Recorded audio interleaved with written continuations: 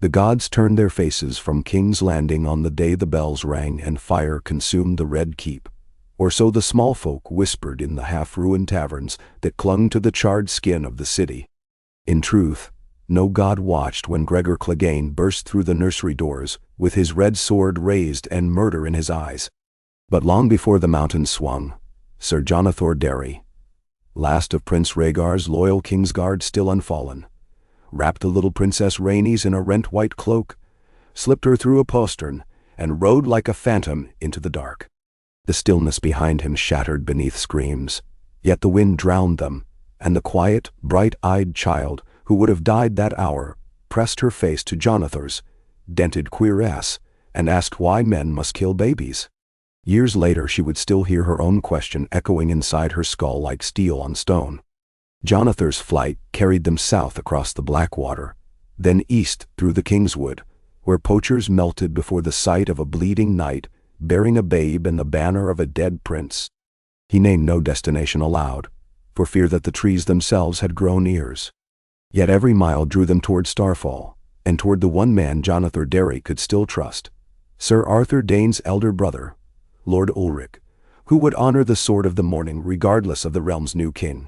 When they reached the pale cliffs above the Torrentine, Jonathor dismounted only when his wounds refused to let him stand.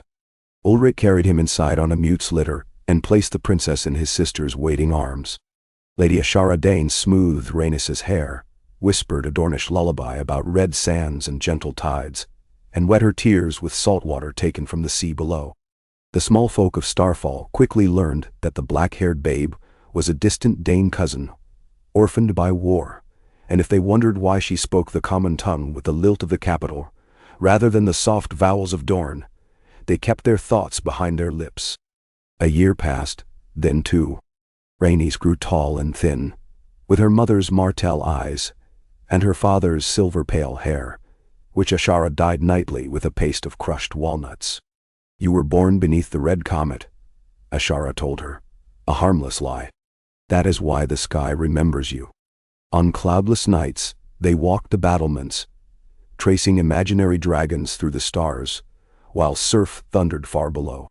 Rhaenys loved the constellations but loved the surf more, for the sea never asked who her father was or why her name could not be spoken beyond the castle wall. Jonathor Derry did not live to see his ward's 6th name-day. An old wound burst within him like a rotten fruit, and when Maester Miles bled him, dark clots slid out like forgotten sins. Before his last breath, he pressed the battered steel of his cloak-pin into Rhaenys' hand, a white enamel dragon, wings unfurled over a ruby flame. "Never forget," he rasped, voice made thin as parchment by fever. "You are the blood of the dragon." Rhaenys clenched the pin until its broken tip pierced her palm. Only when he died did she notice the tears that had fallen on his cheeks and not her own. With Jonathor gone, Ashara became mother, aunt, and teacher all at once. She drilled Rhaenys in the tongues of old Valyria, in heraldry, and in the delicate politics of survival. The princess read histories describing the rule of her grandfather, the Mad King, and she puzzled at the gulf between the words tyrant, madman, kinslayer, and the simple portrait of a pale young prince who played the harp beneath a shattered moon. She was 9 when she finally learned the rhymes the small folk sang. Jaime's golden sword, a sister's filthy womb, and she wondered which rhymes they wove of her. In secret, she traced the lineage of House Targaryen down to one living branch. Herself, her half-brother Aegon, rumored to have survived the sack, teased the edge of every rumor, but never could she find a shred of proof.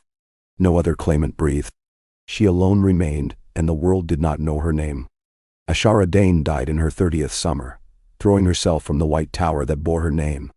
Some said grief for a lover long dead drove her. Others whispered a darker shame.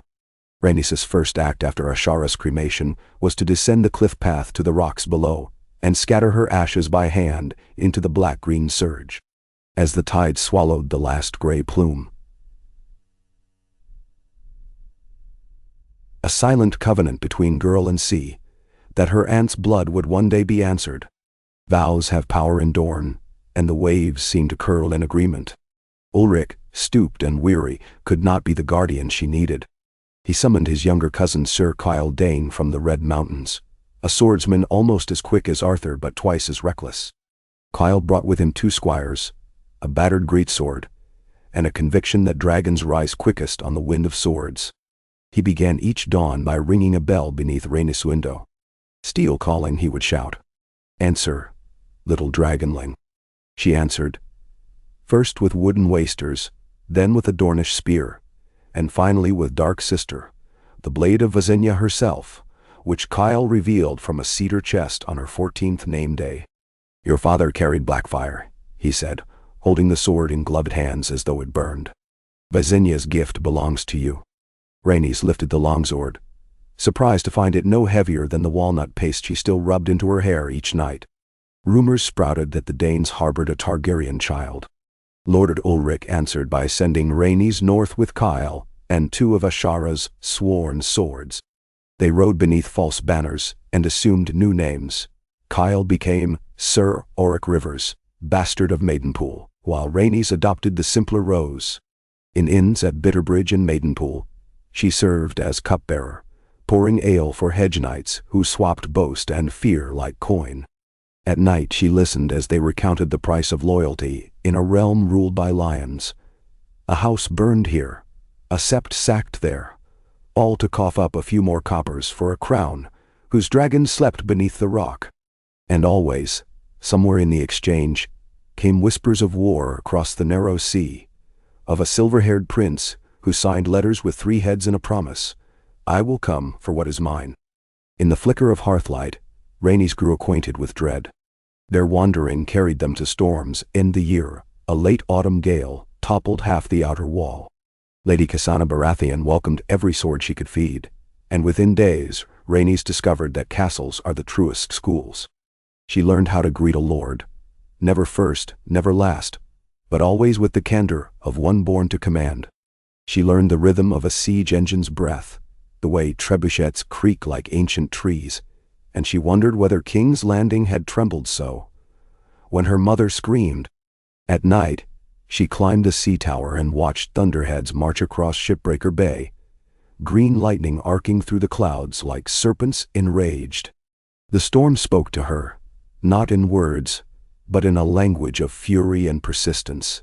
And she listened, because dragons, she knew, were born in tempest as well as fire. It was at Storm's End that she first met Catelyn Stark. The Lady of Winterfell arrived with her dying husband, bringing a retinue of northern healers and the smell of pine sap. Their fate, and lost half his gut to a brigand's blade, and would never again ride north, tutored Rhaenys in compassion. She brought Catelyn broth at dawn, replaced blood-soaked linens at dusk, and one frost-sharp morning confessed her name beneath an oath of silence. Catelyn Stark smiled, tired and wise. "I was a Southron girl once," she said, "and I loved a dragon prince, though I knew it would ruin the world. Your father was gentle, child. That gentleness lives in you, and the world needs it." When Ned Stark died, Rhaenys wept with Catelyn in the sept, and in the echo of their sobs, she heard the same hush that had followed Jonathar's desperate ride. But this time she did not run. Winter overreached in the year of Ned Stark's death. Snow fell in the marshlands, and Storm's End grew as cold as the Eyrie. Across the narrow sea, war stirred again. The golden lions of the rock clashed with the 7-pointed stars of the faith militant. King Robert still drank, still hunted, while his brothers schemed. Word came that Stannis brooded upon a red woman's flame. Renly courted the wealth and swords of Highgarden, and in King's Landing, Queen Cersei whispered of bastards and betrayals.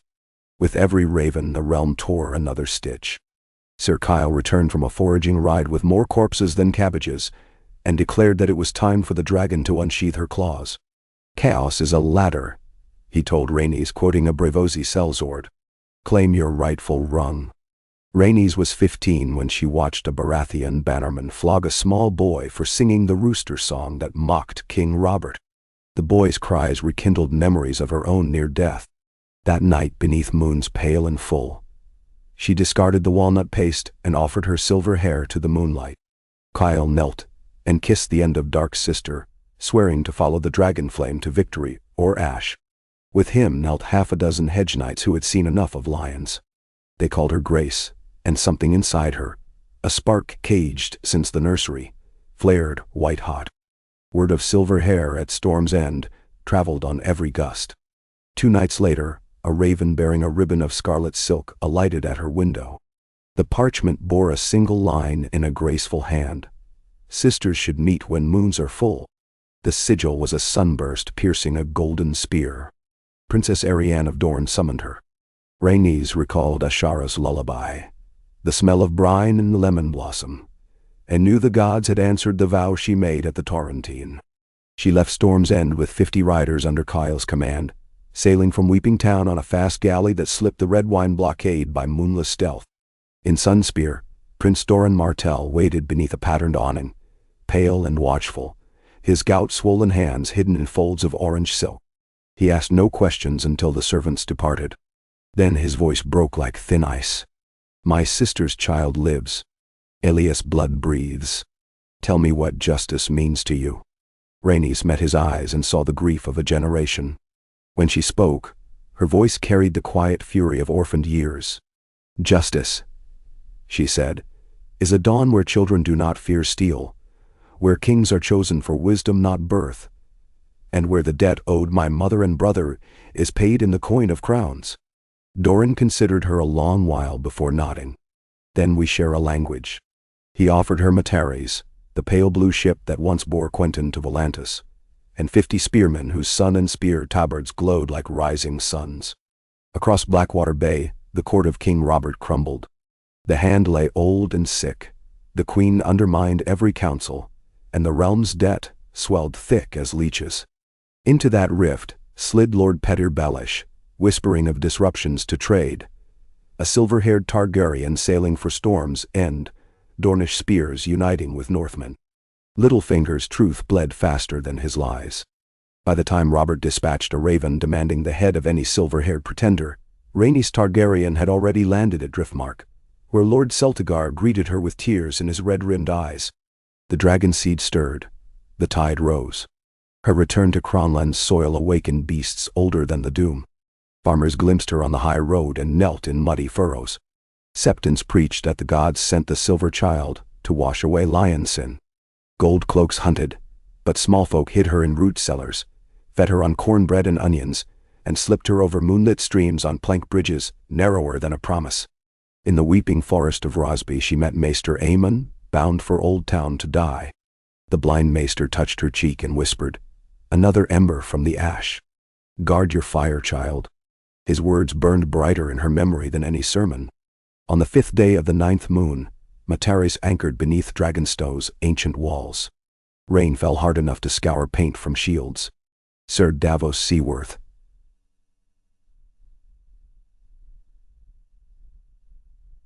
still smuggling onions to feed Stannis Baratheon's garrison, guided Rhaenys through a postern and into the chamber of the painted table. Stannis awaited beside the massive wooden realm carved by Aegon the Conqueror. He stared at the Dragon Queen reflected across green lacquer and did not blink. "Your claim is weak without dragons," he said. "Your allies fewer than mine." Rhaenys flowed like storm tide to stand opposite him. "Yet, I stand upon my ancestors' rock, while you crouch in his shadow."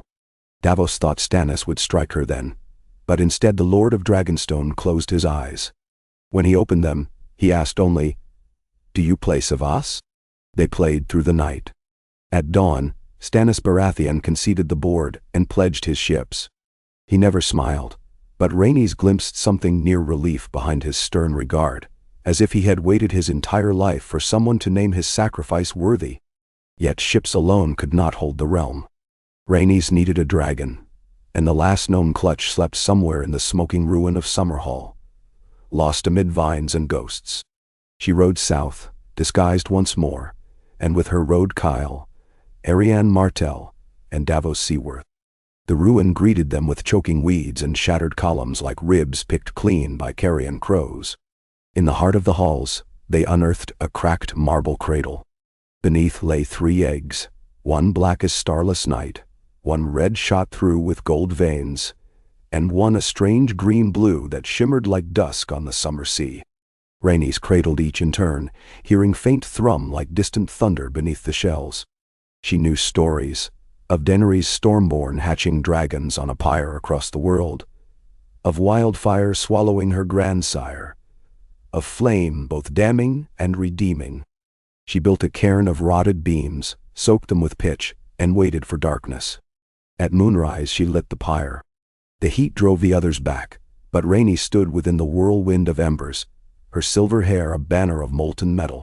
She placed the eggs in the flames and cut her palm with Dark Sister, letting dragon's blood drip onto dragon's bone.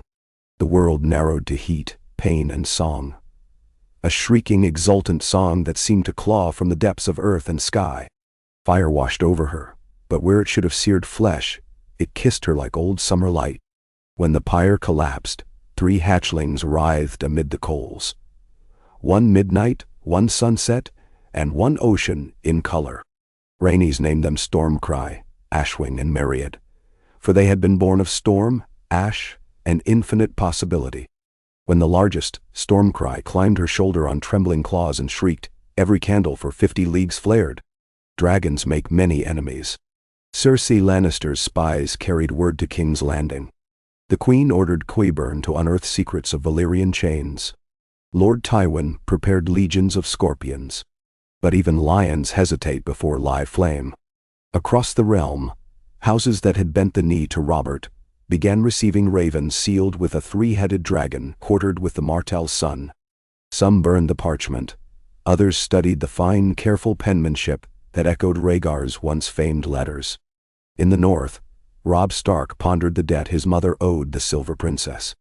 In the Vale, Lord Jon Royce weighed old oaths. In Riverrun, Edmure Tully wondered if marrying a dragon were worse than marrying a Frey. Every lord considered which coin would rule tomorrow, and which would be cursed.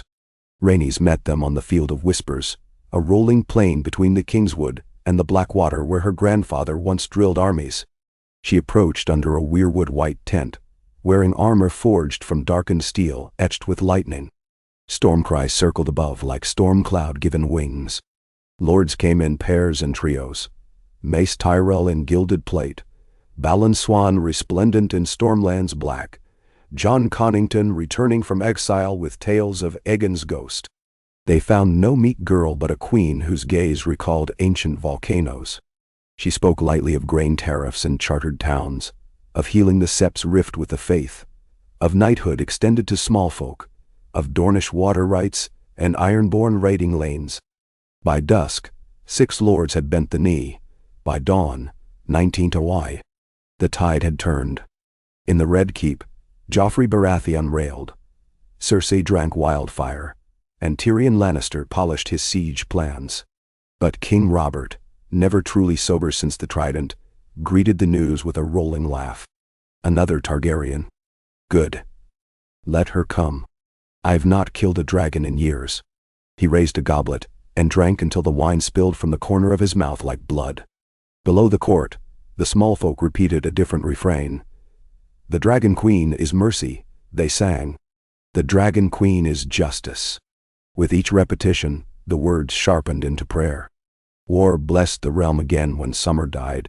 Lord Tywin marched 40,000 from the gold mines of the west, banners snapping like the lids of coffers. Rhaenys answered with half the number, but dragons multiply fear. On the morning of the battle, mist clung to the whispering wood, and every soldier smelled smoke that was not yet there. When Stormcry's shadow passed above, regiments broke like waves against invisible reefs.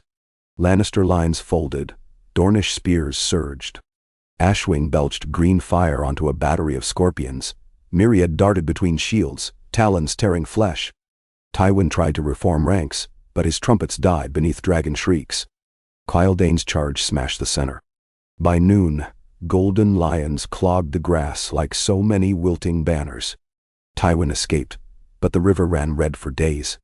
Victory buys momentum.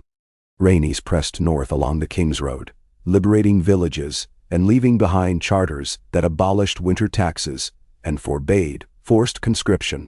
She appointed bailiffs from local elders, ordered granaries stocked, and demanded her men pay for what they took.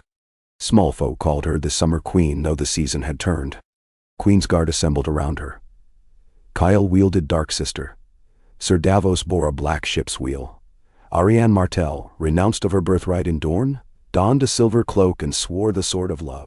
Behind them marched the new dragon standard, 3 heads breathing sun-red flame upon a field the color of dawn. King's Landing barred its gates when the dragon host arrived. Within the city, starvation bloomed. Bread riots burned the flea bottom. Cersei armed the faith militant. Tyrion shored up the walls. Robert drank himself to stupor and left command to the imp. On the 15th day of siege, Qyburn unleashed a weapon. Chained scorpions tipped with poison drawn from the manticore. Yet poison cannot kill what it cannot catch. Stormcry shredded scorpions like children's toys, while Ashwing and Myriad bathed the gate of the gods in living flame. Under cover of smoke, Davos smugglers rode the Queen's strike force up the Blackwater in quiet dories. At midnight, Rhaenys led 20 knights through the forgotten catacombs beneath the hill of Rhaenys, the same catacombs Aegon's sister once used to hide from rebels. They emerged in the shadow of the dragon pit, where 1,000 starving refugees huddled.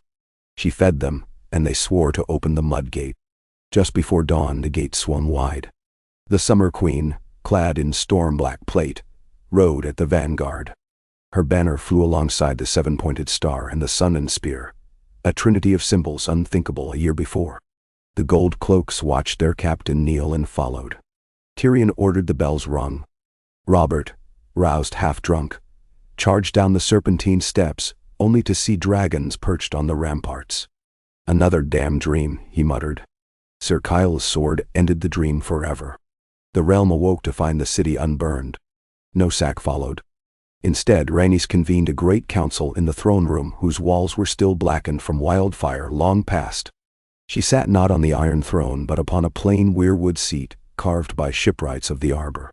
Beside her stood Arianne Martell, Robb Stark, who rode south with 6,000 Northmen, and Mace Tyrell, whose coin bought bread for starving thousands. One by one the lords advanced, laid down their swords, and rose sworn anew. Even Varys, master of whispers, bent the knee, though his eyes glimmered with questions only spiders ask. The dead needed burying. Rhaenys decreed a day of silence for every child slain in the wars of 4 kings. Bells rang low across Westeros, tolling for Rhaenys the younger, and Aegon the younger, and every nameless babe lost to ambition. When the bells ceased, she addressed the realm. "My house once ruled by fear," she said, voice carrying through open gates and over rivers. "I will rule by covenant. No man shall be judged for the crimes of his lord. No child shall starve so a crown may shine. I am dragon, but I am also my mother's daughter. Elia of Dorne taught that justice is love-given teeth. Let those who share that dream stand with me." Nah. Many stood. Some did not. Tywin Lannister retreated to Casterly Rock and forged alliances of gold and steel. Stannis, though he had pledged ships, refused to kneel and rode to Storm's End to brood upon law. Balon Greyjoy scented weakness and unfurled Kraken banners on the western coast. Across the sea, whispers still breathed of another dragon, Daenerys Stormborn, adopting slave armies and suitors with perfumed hair. Rhaenys studied each concern, knowing dragons devour peace as readily as war. But she also knew that the realm, however fractured, had tasted a morning without terror, and taste lingers longer than fear. In the quiet weeks after coronation, she walked the Red Keep's highest tower at dusk, Stormcry's massive head nuzzling her shoulder. From there she could see the black scar where the Sept of Baelor once stood, see the markets where children traded stones for sweets, see the river glimmering like a distant promise. Jonathan Derry's cloak pin rested over her heart, the ruby polished bright. She touched it and recalled the question that began her life. Why must men kill babies? The answer, she realized, lay not in swords but in stories. Change the stories, and the swords might rest. She would try. Gods, she would try. Because she was dragon, and dragons breathe change as surely as fire. Stormcry rumbled, wings unfurling against the encroaching dark. Rhaenys Targaryen raised her gaze to the first shy stars, their light older than any kingdom, and smiled the smile of a child who had outrun death, of a queen who knew that legacy was not inheritance but choice, and that tomorrow, unwritten, unbounded, waited for her to write in living flame. The winter sky over King's Landing stained itself the purple black of old bruises before yielding to dawn, and Rhaenys Targaryen woke beneath its cold light with the taste of iron on her tongue. She had dreamed of the mountain again, of a red sword carving the world in two, of nursery walls spattered like autumn leaves, and though her dragons slept in the courtyard below, the heat of their bodies could not drive away the chill left by that memory. She slipped from the great bed, padded across tiles still cracked from wildfire fires 2 queens past, and wrapped herself in a robe of dark wool sewn with a simple braid of silver thread. For a moment she stood at the narrow window that overlooked the city, just breathing, letting her chest rise and fall until the taste faded. Then she turned toward the antechamber, where the day's burdens waited on stacked scrolls and anxious envoys. 2 nights had passed since her coronation. 2 nights in which bells rang not for surrender, but for mourning. For each slain child whose name the Septus could recover from ashes or gutters. Candlelit vigils had rippled through the city like slow, bright tides, and in their glow Rhaenys saw hope wearing the mask of grief. Yet hope alone would not mend a realm. She found her maester, a young woman called Selene, who wore her chain over a doublet dyed Taroshi blue, bent over a half-drawn map of the Reach. At Rhaenys's approach, Selene straightened and pushed a curl of ink-black hair behind one ear. "Bird from Horn Hill," the maester said. "Lord Tarly pledges men and grain, provided his levy march under its own banners. Let him keep his banners." Rhaenys traced the parchment with a finger. "We will need the granaries when the snows deepen. Any word from the Eyrie?" "None. Only that Lady Lysa is indisposed." Selene's disapproval curled like smoke beneath the words. "The lords declarant debate guardianship of her son."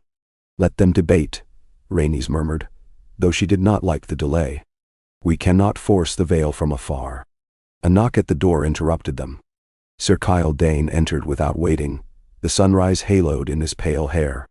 He wore a new cloak, silver as moonlight, but the brooch at his throat remained the battered enamel dragon Sir Jonathor had once given her. Kyle bowed just enough to be polite, and not an inch more. "Your counsel waits on the painted table." She nodded, drew her robe closer, and followed him down twisting corridors that still smelled faintly of smoke and new lime wash.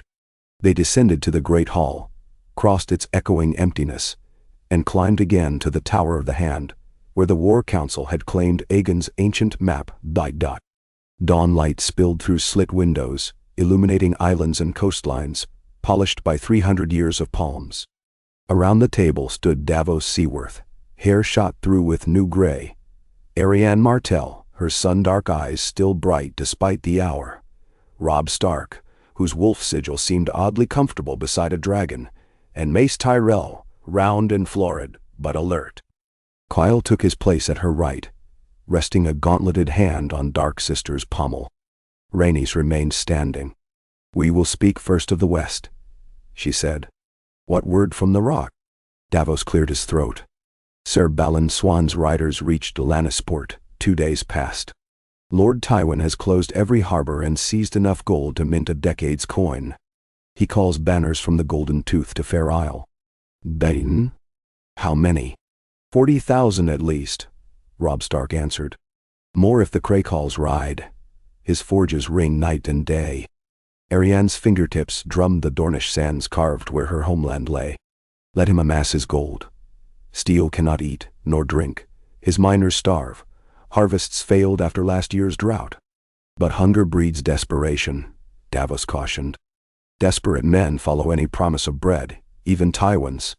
Rhaenys studied the western coast carved beneath her hand. "We will not storm the Rock. We cut its purse." She pointed to the Mander Delta. "Lord Tyrell, your galleys?" 35 ready," Mace replied, puffing slightly. "Another 20 by Moon's turn. We close the Sunset Sea to Lannister trade, capture every cask of gold that leaves their sight. Hunger with empty purses is rebellion's midwife." She met Kyle's eyes. He nodded, already calculating. And Stannis? Robb asked. He fortifies Storm's End but sends no ravens. Send one more, Rhaenys said. Remind him that law demands voice. If he stays silent, we will hold council without him. They turned next to the Iron Islands, where Balon Greyjoy's longships had swept down on Fair Isle, burning villages and carrying black sails up the Mander itself. Arianne raised an eyebrow. The Kraken strikes while the realm bleeds. Balon always strikes when no one watches, Davos said. I sailed with smugglers who feared him more than storms. He has never faced dragons, Kyle noted. No, Rhaenys agreed, but fire alone will not tame the sea. She tapped the isles where they crouched off the western coast. Send Stormcry and a token force only as warning. We will strike where he cannot defend. His salt wives' holdings on Cape Kraken. Take their wealth, and his captains will waver. Mace Tyrell chuckled, a rolling sound like a boar rooting. A sound plan, your grace. Starve the Kraken on dry land. Robb Stark spoke last, his voice the calm of snow-heavy forests. My lords command me to ask your intention for the north. Wintertown swells. Wildlings raid the gift. We cannot march south forever.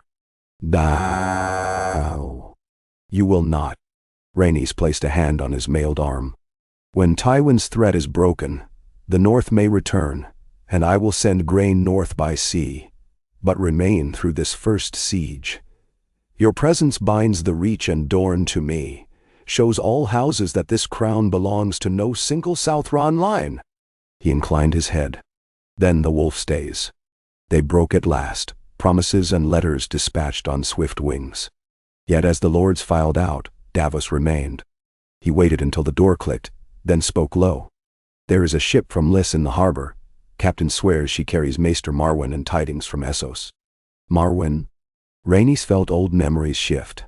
Stories Aegon had told in lullabies, of a chain forged in dragonflame, and a heart that glowed like ember. Why come now? Claims to bear witness, Davos said. And to speak of another dragon queen. Daenerys. The name slipped out like prayer. She thought of the 3 eggs, now 3 hatchlings, and of the Silver Queen across the world who had birthed fire long before Rhaenys tasted it. Bring him to me at dusk. The day blurred into councils of bread and roads, of sept repairs, and river dike reinforcements. Rhaenys met with the High Septon, a gaunt man who quoted scripture like a dagger quotes death. She answered his doubts by opening granaries to the poor and promising a synod to investigate crown-set tithes. She visited the orphanage she had founded in the ruins of Flea Bottom. Children there ran fingers over her scaled gauntlet, wide-eyed, before darting away giggling. When the sun slipped behind Aegon's high hill, she returned to Maegor's Holdfast to find Maester Marwyn seated beneath an oil lamp, his neck heavy with strange links, black iron, red gold, even Valyrian steel. The Archmaester rose, power more than age bent his spine, and bowed. Your Grace, I served your great-great-uncle Aerion until he set himself aflame. I have since wandered after every whisper of dragonseed. I bear 2 truths, one from the east, one from the flames. She poured him dark arbor wine, gesturing for him to sit. Speak.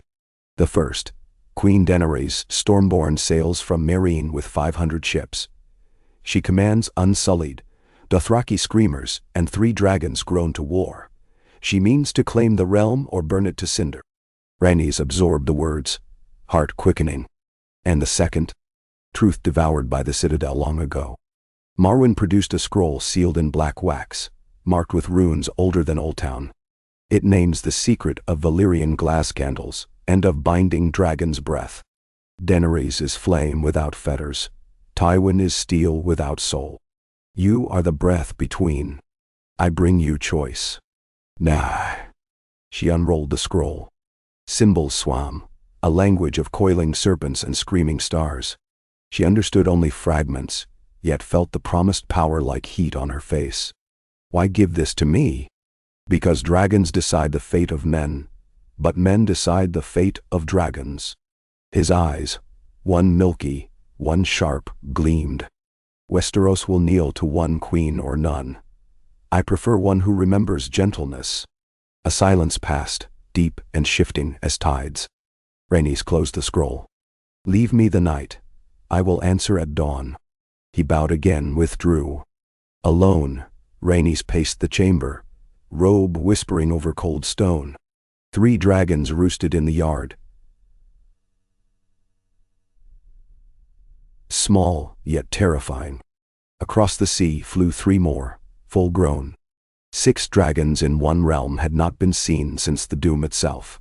Unless the scroll revealed means to birth still others. She touched the parchment's edge, feeling the pulse of possibility. At midnight she climbed to the rampart where Stormcry perched. The hatchling was already the size of a warhorse, wings leathery sails that stirred moonlit dust with each gust. Rhaenys pressed her brow to the dragon's warm scales. "Will you let another ride the winds I claim?" She whispered. Stormcray's only answer was a low rumble, like thunder behind distant hills. She thought of Daenerys, a woman who had never seen Westeros but carried its throne in her marrow, and of the words Jonathan had breathed. Blood of the dragon. Blood alone made neither tyrant nor savior. Choice did. The bells rang prime before she slept. At dawn she wrapped the scroll in plain linen, carried it to Celene's hearth, and fed it to the flames. It flared green, then white, then vanished without ash. When Kyle found her there, soot on her cheeks, he said nothing, only offered water. She drank and set the cup aside. "Send ravens to Meereen," she told him. "Invite Queen Daenerys to parley at Dragonstone. Aegon's stone for Aegon's heirs. And if she refuses, then we will decide another night." Winter crept south week by week. Hoarfrost silvered the Blackwater's slow curves. Smithies roared night-long, forging crampons and wolf-pelt cloaks. Tywin Lannister's armies emerged from the Golden Tooth, banners snapping in wind, sharp as saws. He crossed the Tumblestone on pontoon bridges, burned Maidenpool for harboring Stark riders, and encamped on the rolling fields outside Duskendale. Yet he would not march on the capital while dragons flew unchecked. Instead he sent envoys, careful men in crimson, bearing letters of cold courtesy and promises of safe passage. For the Pretender, should she choose the mercy of exile. Rhaenys answered none. She met Tywin's gold and steel with spies and whispers. Varys' little birds carried fishers within Lannister lines, a knight resentful for unpaid debts, a quartermaster skimming grain. She sowed rumors of wildfire caches beneath Tywin's tents, of riots in Lannisport, of Ironborn Admiralty hiring cell sails to raid his undefended coasts. Fear grew like mold in damp wheat. Even lions, she knew, feared what crept unseen. Her own ranks swelled, men of the Crownlands emboldened by steady bread, women who remembered Elias' laughter at court, freedmen from the Stepstones who had dreamed of dragons since childhood. She trained them hard, refusing the indulgence of easy victory. Kyle drilled infantry until their shields locked like dragon scales. Arianne taught scouts to move under starlight without breaking a twig. Robb Stark fostered a new brotherhood of wolf and spear. Northmen bonded with Dornish skirmishers over fires scented by almondwood. A realm broken by 5 kings began, in small ways, to knit. Between councils and drills, Rhaenys walked the streets unguarded, save for a cloak. In the corner of a wine shop she found the bard Beldekar forging a song of new dawns. She hired him to chronicle the Dragon's War but charged him to record the cost as well as triumphs. At a leper's hospice beyond the Dragon Gate, she scrubbed floors beside Septus until her knees bled, then endowed the hospice thrice over, because she could not bear that men rot while gold gathered dust. The common folk saw and carried word into warrens no lord could reach. The Summer Queen ate their soup, slept in their hovels, bled as they bled. Their hearts followed her, even as fear spread its wings. When the first flakes of true winter whitened the king's road, word came by raven. Balon Greyjoy slain on a rope bridge, lashed by storm, his crown seized by Euron Crow's eye. Iron captains squabbled on Great Wyke, fleets scattered. The Kraken threat dissolved like salt in hot broth. Rhaenys gathered her council in the Red Keep's gardens, where frost kissed rose petals. "The sea stands quiet," she said. We turned to the Lion. Plans unfurled. 3 hosts marching as jaws of a trap. One up the Gold Road, one skirting the Blackwater Rush, and a third, her own, striking from the air. Yet war, she knew, was not numbers, but stories. Before the banners lifted, she penned letters to every bannerman of the West. She wrote of lords who had buried sons on the Blackwater for a king who died drunk on his own rage, of daughters bartered for empty alliances, of small folk taxed to feed gold mines whose veins ran dry. She ended each with a pledge: bend the knee and earn seats at a new council where grain, not birth, weighed votes. Remain with Tywin and watch your lines end with you. The letters flew on ravens as dark as omen. Some were burnt unopened. Others passed hand to trembling hand of lesser sons who had never dared dream of council seats. Seeds planted in fear can sprout into hope when watered by desperation. The day Rhaenys marched, the city lined the streets. Children perched on shoulders, waving scraps of crimson cloth. Bakers threw loaves still steaming. Even the High Septon blessed the army, though his eyes lingered uneasily on Stormcry, who soared above like living night. Rhaenys rode at the head, armor blackened to absorb sun, hair unbound. Dark sister sheathed across her back. Kyle, Arianne, and Robb flanked her, each bearing their own standard, but beneath the dragon's wings. Behind clattered spears still scored by ashwings flame from drills, their metal singing promise. They reached Tumblestone in 7 days, meeting no resistance save winter wind. Scouts reported Tywin entrenched along the river, catapults ranked behind stakes dipped in pitch. Yet something else whispered through the ranks. Whole companies of Lannister levies deserting by night, leaving pikes stuck in frozen earth like gravestones. Rhaenys' letters, their ink long dry, had traveled faster than hooves. Still, Tywin's core remained, including his elite, 2,000 knights, plated like bright towers. He arrayed them before his red and gold pavilion on the morning of the 3rd week of Cold Camp, banners snapping stiff as parchment. Between the lines stretched raw winter meadow, stubble crackling with frost. Rhaenys rode forward alone, helm tucked beneath one arm. The distance between queens and lions collapsed to a dozen horse lengths. Tywin watched her approach, eyes brittle gems set in marble.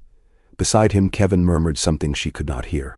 She halted where both archers could find her, and lifted her voice so all ranks might share each word. "Lord Tywin Lannister," she called. "House of the Rock, I offer terms. Yield your host, bend the knee, and keep your lands under new law. Refuse and blood waters this field until spring." Tywin's mouth carved a thin line. "Half the realm bleeds already, girl. I do not kneel to children who play at crowns." She inclined her head. "Then kneel to the realm's daughters you widowed, to the babes burned in your name. Kneel for the debt no coin repays." "Debt?" His laugh was a flake of flint. "A realm ruled by dragons is a realm ruled by ash. I built order from chaos. I will not watch it undone. Order built on fear turns to dust at first thaw," she answered, raising her arm. At the gesture, Stormcry descended with a wind like hurricane breath, wings beating dust up in choking swirls. The dragon landed behind her, neck arched, scales catching sun until each plate burned molten. Soldiers on both sides cried out. Horses reared, white-eyed. Tywin did not move, but Rhaenys saw a flicker at the corner of his mouth. A hesitation no bard could put to verse. "I am not ash," she said. "I am choice. Do not mistake the two." She turned away then, riding back through the gusts thrown by Stormcry's wings. Behind her, the field held its breath. That night, 10 Lannister knights deserted, bringing maps of the western camp. At dawn, Tywin's supply wagons burst into flames touched by dragonfire. Narrow gullies flooded with ice melt trapped his catapults in mud churned by sabotage. By midday, the lion host's flank crumbled when Kyle led a feint that became a rout. Tywin ordered a retreat across hastily rebuilt bridges, but Stormcray's shadow scattered the engineers. Catelyn Swift, commanding the rear, was captured. Kevan Lannister fell to Arianne's spear when he charged to cover Tywin's flight. Yet victory tasted of grave earth. Hundreds lay broken where the frost had been. Their blood melted the ground into red slurry. Rhaenys dismounted amid the wounded, kneeling to press bandages herself while the maesters hurried. She found one boy no older than 13 clutching a lion head helm dented by axe stroke. He tried to say his name. Blood bubbled. She held his hand until he went still, then closed his eyes and whispered a Dornish prayer Ashara had sung. Across the field, Tywin escaped with 200 riders, vanishing toward Casterly Rock. Rhaenys gathered her lords. "We have a choice," she told them. "Besiege the rock, or cut the lion's tail by mercy." "Mercy?" Robb frowned, wiping gore from his glove. "A treaty." She knelt, drew lines in the blood-wet mud. A circle for the rock, arrows for trade routes. "The rock starves. If Tywin signs a charter to seat his vassals in council, abandon feudal tithes on smallfolk, and cede river trade to River Run, we grant him peace." Mace Tyrell sputtered. "Grant the spider mercy, your grace, and he spins you a silk noose." "Perhaps," she answered. "Yet webs snag flies. Mercy given publicly shames refusal. The realm will know who prolongs war." They sent the raven under white flag.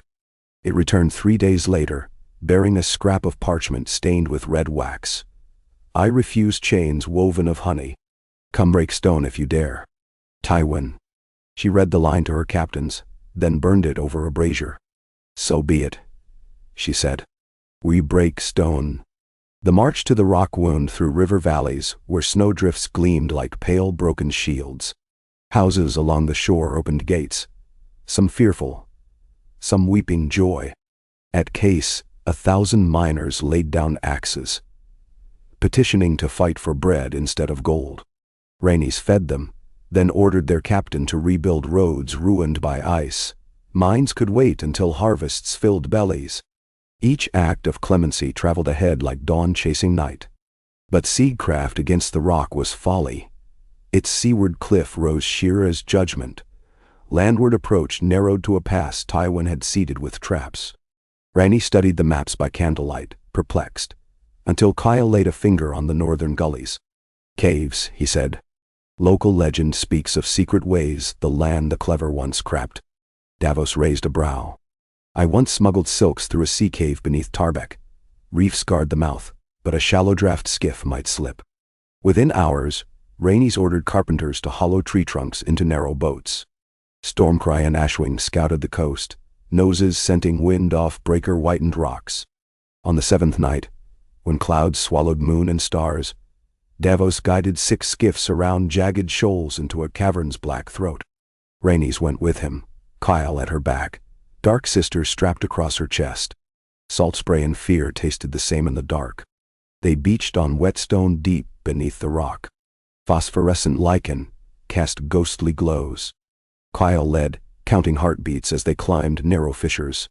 Twice they froze as patrols passed overhead, unaware of intruders crawling like ants within their own walls. At last they emerged in a smithy storeroom, where a single guard nodded over a tankard. Kyle silenced him. Davos caught the body. Rhaenys pushed open an iron-banded door to find the forge unlit, the anvil cold. Tywin had shifted his ironworks above, but left the ancient gears that once opened the sea gate. She grasped a lever, heaved. Chains rattled, pulleys groaned. Far below, waves rushed where none had in centuries. Above ground, Stormcry screamed.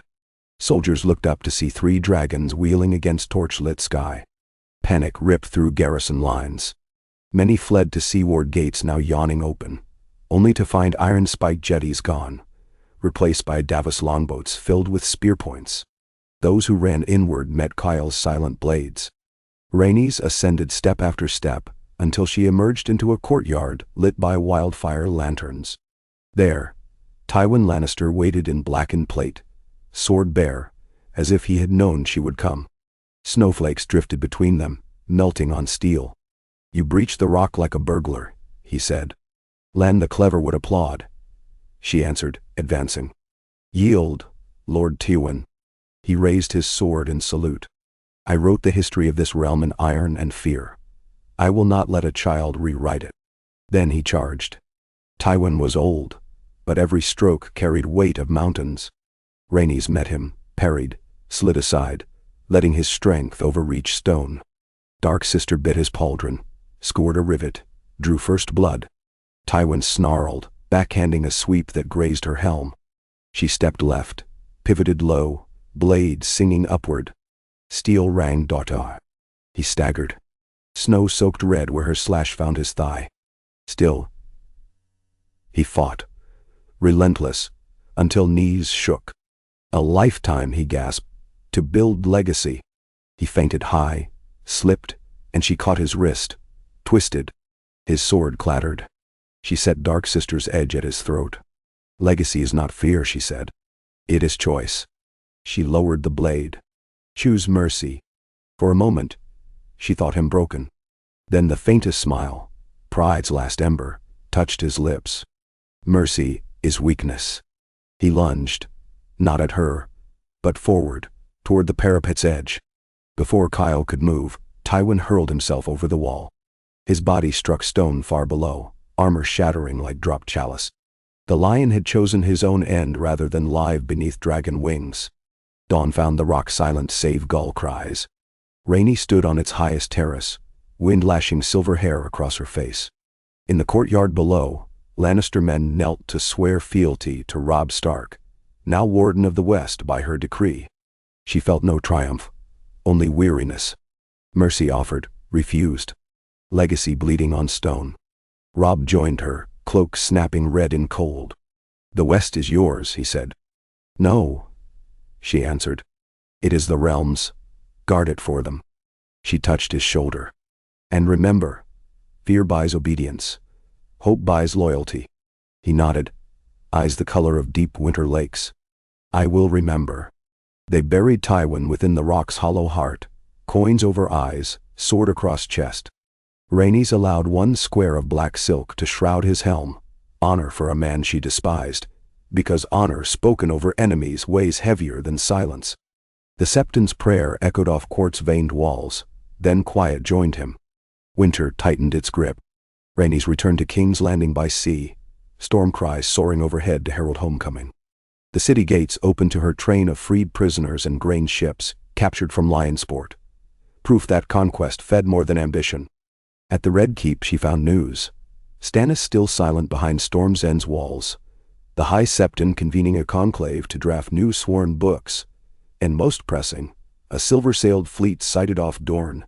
Daenerys Stormborn arrived. The Raven bore a sealed letter. "Sister, let us end our father's wars beneath dragon banners shared. Parley at the painted table when the comet next rises. D." Rhaenys read it thrice, feeling something like awe. She summoned Kyle, Arianne, Davos, even Selene to her solar. "We sail tomorrow," she said. "All of us. 2 dragons remain to guard the city. We meet at Dragonstone. Nender." Dawn set them on swift galleys, cutting cold seas. Ashwing and Myriad followed, playing in updrafts. When Dragonstone's black towers pierced fog, they saw another fleet anchored. Hulls painted deep lapis, sails cream white. On the beach stood Daenerys, flanked by unsullied in bronze, her own dragons circling like moving constellations. She wore riding leathers dyed rust red, silver braid, and eyes that mirrored Rhaenys. For a heartbeat the sisters only stared, mirror to mirror, across tide-washed sand. Then Rhaenys dismounted, walked forward until surf lapped her boots. Daenerys met her halfway. Without word they clasped forearms, Valyrian greeting older than the doom. Sun broke clouds behind them, gilding 2 silhouettes into one. Words came after, hours around the painted table, where storm candles flickered against carved rivers. Rhaenys spoke of a realm craving hope, Daenerys of chains broken, cities freed. They debated succession, blood right, choice right, the mistakes of Aerys, the wounds of Robert. At last they drafted a covenant, 2 queens crowned beneath the 7, ruling as equals until a great council, half small folk, half nobility, could elect futures anew. Dragons would police skies, not burn fields. The Unsullied would train a standing peace guard of both sexes, and any birth. Gold from the rock would rebuild towns. Tyrell grain would pass free through northern ports. No child would pay father's debts. The covenant signed, they emerged onto the tower balcony. 6 dragons wheeled above. 3 young, 3 immense. Their screams joined, thunderous union. Across the narrow sea, sailors swore they saw a second sunrise. Back in King's Landing, bells rang, this time not for surrender, mourning, or war. They rang for dawn, echoing off walls mended with fresh plaster, across markets free of tides, over orphanages warmed by hearths stoked with Lannister coal. Under that music, Rhaenys walked the streets with Daenerys, unarmored, unafraid. Children with ash-suited cheeks reached to touch silver hair. The queens let them, laughing. That night, high atop the Red Keep, Rhaenys watched the realm's lights flicker like a field of emberglow stars. Beside her, Daenerys asked, "Do you think it will hold?" "Only if stories hold," Rhaenys replied. "We must keep telling them true." She looked south, where Ashara Dane's ashes had kissed the Torrentine, and north, where Catelyn Stark wept beneath Winterfell's weirwood. She heard Jonathan Darry's last whisper on the wind. She felt Stormcry's heartbeat quake stone beneath her. And she knew that legacy reclaimed was not the final page, but the first chapter of a larger tale, one written in living flame, tempered by mercy, bound by choice. So the Summer Queen raised her eyes to a winter sky flaring with comet light, and in that burning streak, she read a single promise. Dawn unending, so long as dragons remembered the gentleness of those who saved them, and so long as queens remembered the question of a child, why must men kill babies?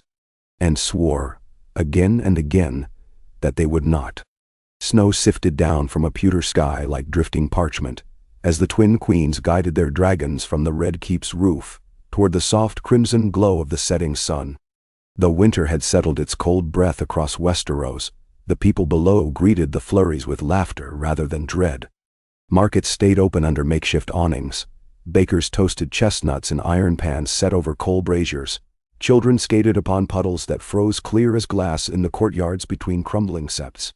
Here and there a stonemason's hammer rang, the newest heartbeat of King's Landing, where nicks and balustrades were patched with blocks coated in dragonlime mortar. The city smelled of pine pitch and bread instead of soot, and for a fleeting heartbeat Rhaenys believed that peace might outlast the embers of war. From their vantage, she and her sister queen drifted on updrafts, the wind thrumming beneath Stormcry's wings. Drogon, huge enough now to blot half the sun, paced them. His roars bounced off slate roofs in rolling thunderclaps. Stormcry echoed with a shriek higher, sharper, a clarion layered atop bass. People who once shrank from Dragon Shadow now raised palms to salute, a gesture half worship, half pledge. Rhaenys wondered whether she had done enough to make their reverence safe. For reverence unbound, she knew, could kneel just as eagerly to the next tyrant. She tightened her grip on the saddle straps, coaxing Stormcry into a banking dive that left her gut floating half a heartbeat behind.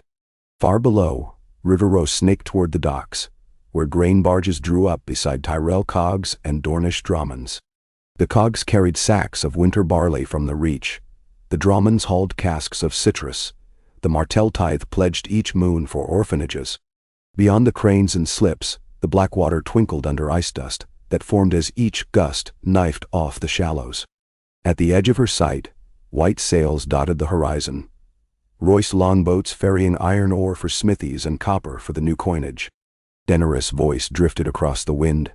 A sight to shame the narrow sea traders in Qarth, she said, arm extended. A port where the lords unload grain before jewels, and no slavers whip cracks. It is newborn, Rhaenys answered, leaning over Stormcry's shoulder to survey the bustle. Newborn things are fragile. Then we must teach it to walk. Daenerys' lips curved in a smile that flashed silver dragon bone earrings. And quickly, sister, before another storm breaks. A horn flared from the onion gate, one steady note rising into a trilling cadence. Neither needed translation. That call heralded riders approaching from the north. Rhaenys nudged her mount. "Let us greet our guests." They spiraled down to an open court below the Maegor's wall, where masons had cleared rubble to fashion a landing yard. Snow hissed into steam under 6 sets of talons, and the dragons folded themselves beside an enormous charcoal brazier. Rhaenys dismounted, stepping into ankle-deep powder, Dark Sister's pommel thumping against her spine with each pace. Daenerys joined her, cloak snapping red behind embroidered whorls of gold. The portcullis groaned wide to admit their visitors, a company of 9 riders cloaked in white wool. At their head rode Robb Stark, newly proclaimed Warden of the West, flanked by 3 mountain clansmen, and unexpectedly, a woman cloaked in gray fur trimmed with raven feathers. She dismounted with the grace of an arrow released, lifted her hood, and revealed Maester Selene's sharp cheekbones and soot-smudged spectacles. The scent of wind, pine, and distant hearth fires clung to them. Robb bowed first. "Your graces." His northern burr chipped the cold air. "We bear tidings from the wall, and a petition from Winterfell." Rhaenys felt a murmur of unease. Though ravens had spoken of scattered wildling bands raiding villages near the shadow, no message suggested urgency. She offered her arm. "Walk and warm yourselves. The hearth awaits." Then, snow melted off shoulders as they pressed into the Queen's solar, a round chamber hung with fresh tapestries of weirwoods and orange groves. Fires roared in twin hearths. Rhaenys poured mulled wine laced with cinnamon and ginger. Robb accepted but set his goblet untouched on a side table, clearing his throat. "The wall is under siege," he began. "Not by wildlings, though some fight among them, but by something older." He withdrew a folded parchment from his belt. Pale wax bore the crown direwolf seal of Winterfell. "My sister Sansa writes, blue-eyed dead ring Hardhome with ice. Hundreds deep, and the Night's Watch numbers scarcely 1,000. They light fires that banish the whites for only one night at a time. Every dawn glimpses fewer torches." Rhaenys felt the hairs on her neck prickle. An old dread crawled forth. Stories of the long night, told in hush by Ashara when thunder rattled cliff towers. Opposite, Daenerys' lavender gaze sharpened. "Dragons are the fire that burns the dead," she said softly. Selene produced a second parchment, record scrawled by Old Town astronomers, ink freezing into spidery cracks. "The glass candles blaze again," she said. Archmaester Exo reported a vision, a storm of white wings smothering Winterfell. Exo notes the same star alignment that preceded the doom of Valyria. Robb's fist closed over the goblet's lip. "The lords remember Aegon's promise. When a Targaryen calls banners, they answer. But my bannermen fear abandoning fields to winter raids. They ask how many dragons will cross the neck, and how soon." Rhaenys did not hesitate. "All 3 of mine joined Drogon, Daenerys." Her sister Queen's nod was instant. "Rhaegal and Viserion follow. 6 dragons to the north. For the first time since the dance, 6 soared under one crown. We depart within 3 days. Your smiths must fashion spear sheaths of wildfire glass and obsidian bolts for scorpions, and we must raise a levy of carpenters, fire brigades to harvest deadwood and stack new ramparts within Winterfell." Selene unrolled a sketch of dragonglass mine shafts on Dragonstone's north face. "The seams run deeper than we thought. Convict miners from the Kingswood penance camps break new tunnels by the hour. We can arm 10,000 with daggers and arrowheads within a fortnight if the Black Tides deliver more spar to stoke the smelters." "Them so." Robb bowed again, tension easing. "The north stands ready." But Rhaenys noticed the pain behind his eyes. "You fear for your mother." "Word is scarce. Sansa keeps ravenry closed to spare ravens from sky teeth." He shook his head. "I fear she thinks of Theon Greyjoy's siege, how the walls almost failed." A ghost of betrayal haunted his voice, the boy king who once traveled south with hope tangled around honor. Rhaenys placed a hand on his armored forearm. "We ride with you. Winter shall find flames it never dreamed." She spoke with conviction, but her heart fluttered. 6 dragons, thousands of spears. Would that be enough against myths that defied flesh? Within 48 hours, the capital thundered with preparations. The Red Keep's forge belched black smoke day and night, as master smiths hammered obsidian-tipped lances. Actor Carave the Taroshi oversaw new ballistae, whose winches cranked smooth as silk thanks to bronze gears, rescued from abandoned Lannister clockworks.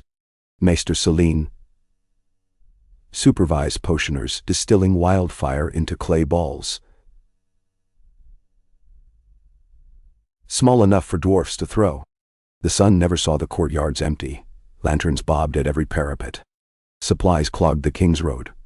Barrels of salted goat from the Stormlands, kegs of honey mead from the arbor, bolts of thick wool, greased with tallow by northern women, working sunup to moonrise outside the city gates. A dozen smiths from Volantis volunteered skills, lured by rumor of royal writs forgiving past debts. In the sept of the Dragon Pit, where cracks still lined marble floors, Mother Mariset of the Bleeding Star prayed over crates of candles bound for watchtowers. None asked for coin. All understood that beyond this winter lay a horizon none could imagine if the Night Shadow won. Rumor flew swifter. Some small folk whispered that the White Walkers were only Northman tales to hold children in bed, a ruse to trick poor men into dying under dragonfire for a queen. Others countered with wilder rumors that a White had been captured and now rotted in a cage outside the great Sept's ruins, its blue eyes extinguished only by sunrise. These rumors, Rhaenys quietly allowed to fester. Fear honed resolve sharper than any proclamation. Amid that frenzy, she found moments of stillness inside Tommen's old solar. The room once decorated with lion-carved chairs and Tyrell roses, now stripped bare except a single low table and 2 cushions. At twilight, Daenerys joined her there.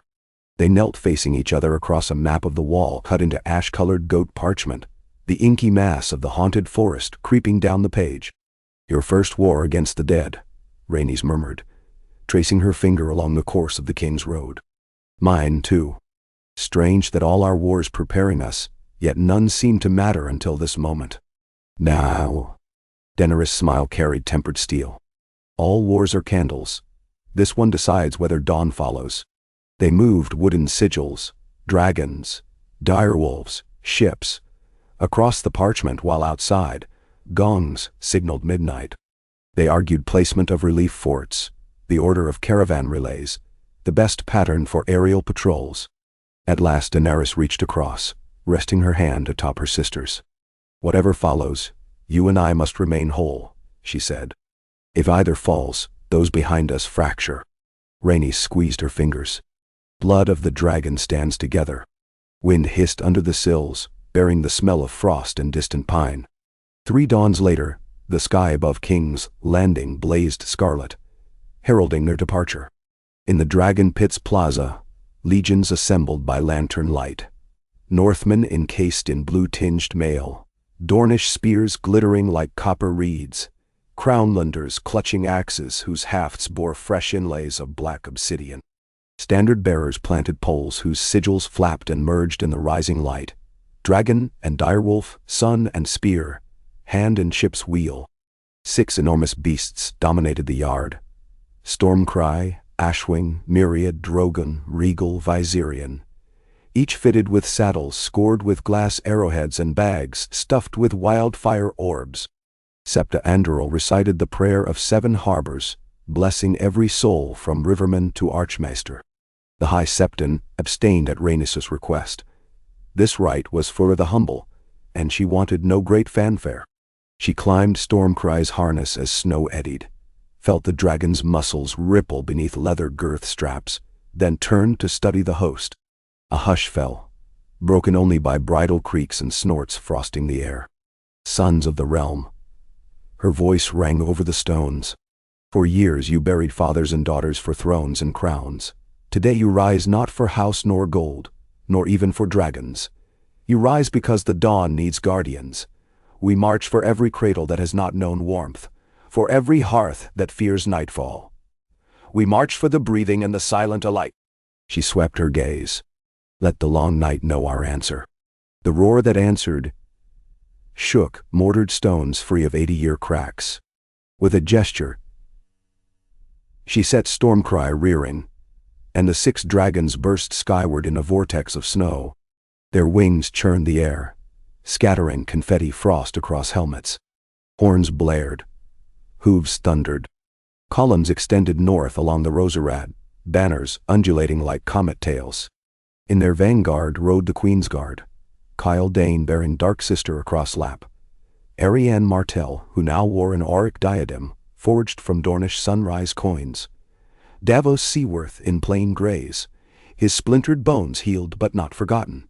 And Ser Jorah Mormont, reclaimed from exile and pardoned by Daenerys for his return, with secrets of the Harpies' sons.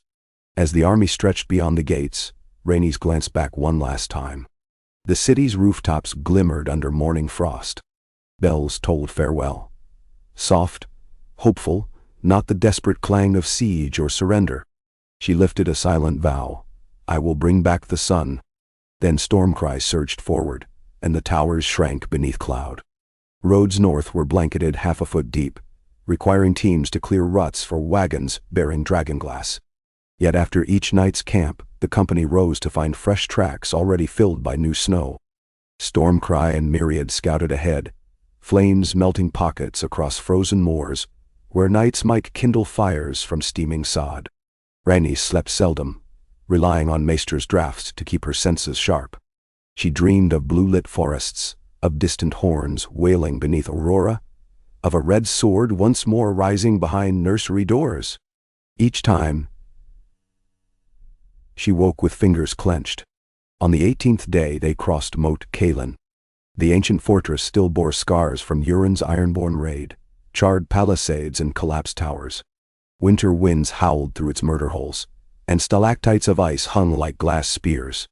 Garrison fires flickered inside the last intact tower. They found Catelyn Stark there, cheeks gaunt but eyes shining when she beheld her son.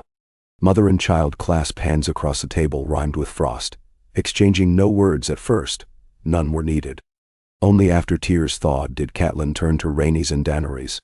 You rode for strangers, she said, her voice no softer than the ice around them. Now I see daughters where strangers stood. Rhaenys bowed her head. We ride for mothers who wait in towers staring at the dark. Catelyn's lips trembled. Then hurry. The dark grows teeth. Beyond the neck, the world shrank into corridors of silent pines. Columns snaked through drifts higher than helms. Each footstep crunched like splitting bones, the sound swallowed instantly by wind. Men who had never seen snow gasped at the cold's relentless needles. Dornish spearwives wrapped silk over nostrils to keep blood from freezing. The smell of campfires thickened cloaks and hair. Dragons flew overhead at intervals, but the sky too became enemy. Clouds bruised purple, sun seldom glimpsed except as a pale disk. Rhaenys maintained a pace that forced discipline. Each noon she dismounted to walk a league on foot among infantry, trading jests, sharing water, shaking stiff fingers awake with others' warmth. She heard their stories. A Reach squire who hated wheat and missed olives. A Stormlander who carved 7 notches in his shield for each sister left home. A Lyseni sellsword who confessed through chattering teeth that he'd never seen war beyond a tavern brawl, before pledging to the Dragon Queens for coin that buys his own tavern. She listened, repeating names until they etched in memory, until they felt like threads in a tapestry she dared not let unravel. On the 27th day the column entered the foothills south of Last Hearth. Frost-split stones littered ravines. The snow, unnaturally deep, bore prints shaped like spiraled claws where no beast lived. Scouts returned wide-eyed, reporting towns silent.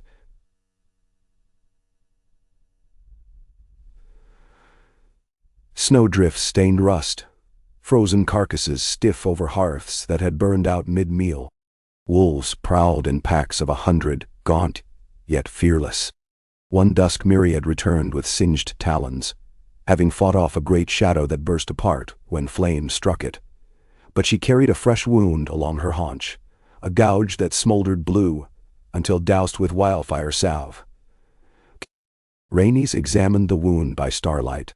Blue flame, she whispered to Selene. No fire we know. Selene's gloved fingers trembled as she applied a paste of obsidian dust and willow sap. The scrolls spoke of demon ice, hot as acid, cold as sin. She swallowed. It corrodes living flame's soul. If so, Rhaenys said, then living flame must burn brighter. They pressed on, leaving torches burning behind to mark the path.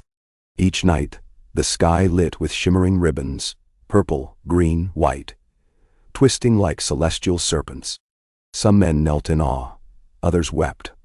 One or two tore off cloaks, screaming that gods beckoned them skyward. The commanders bound these wretches with silk and murmured prayers.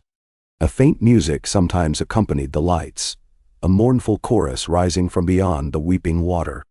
Quail called it wind. Rhaenys heard betrayal. Daenerys said only, "The Song of Ice demands answer." Winterfell's towers emerged from white swirl like dark teeth. Smoke rose in slow coils from its massive chimneys, frosting halfway before drifting away brittle. Inside the gods' wood, red leaves clung stubbornly, patches of scarlet defying monochrome. The gatehouse rumbled open as the army approached, revealing archers in black furs. Their arrows tipped obsidian midnight against snow pearl. The ground between outlying barns and inner walls was churned to slush by horse hooves, yet beyond the stables, barely 2 arrow flights away, stood a ring of skeletal figures half lost in mist. Their eyes glowed sapphirine, their spears ice blue. They waited, patient as death unbound.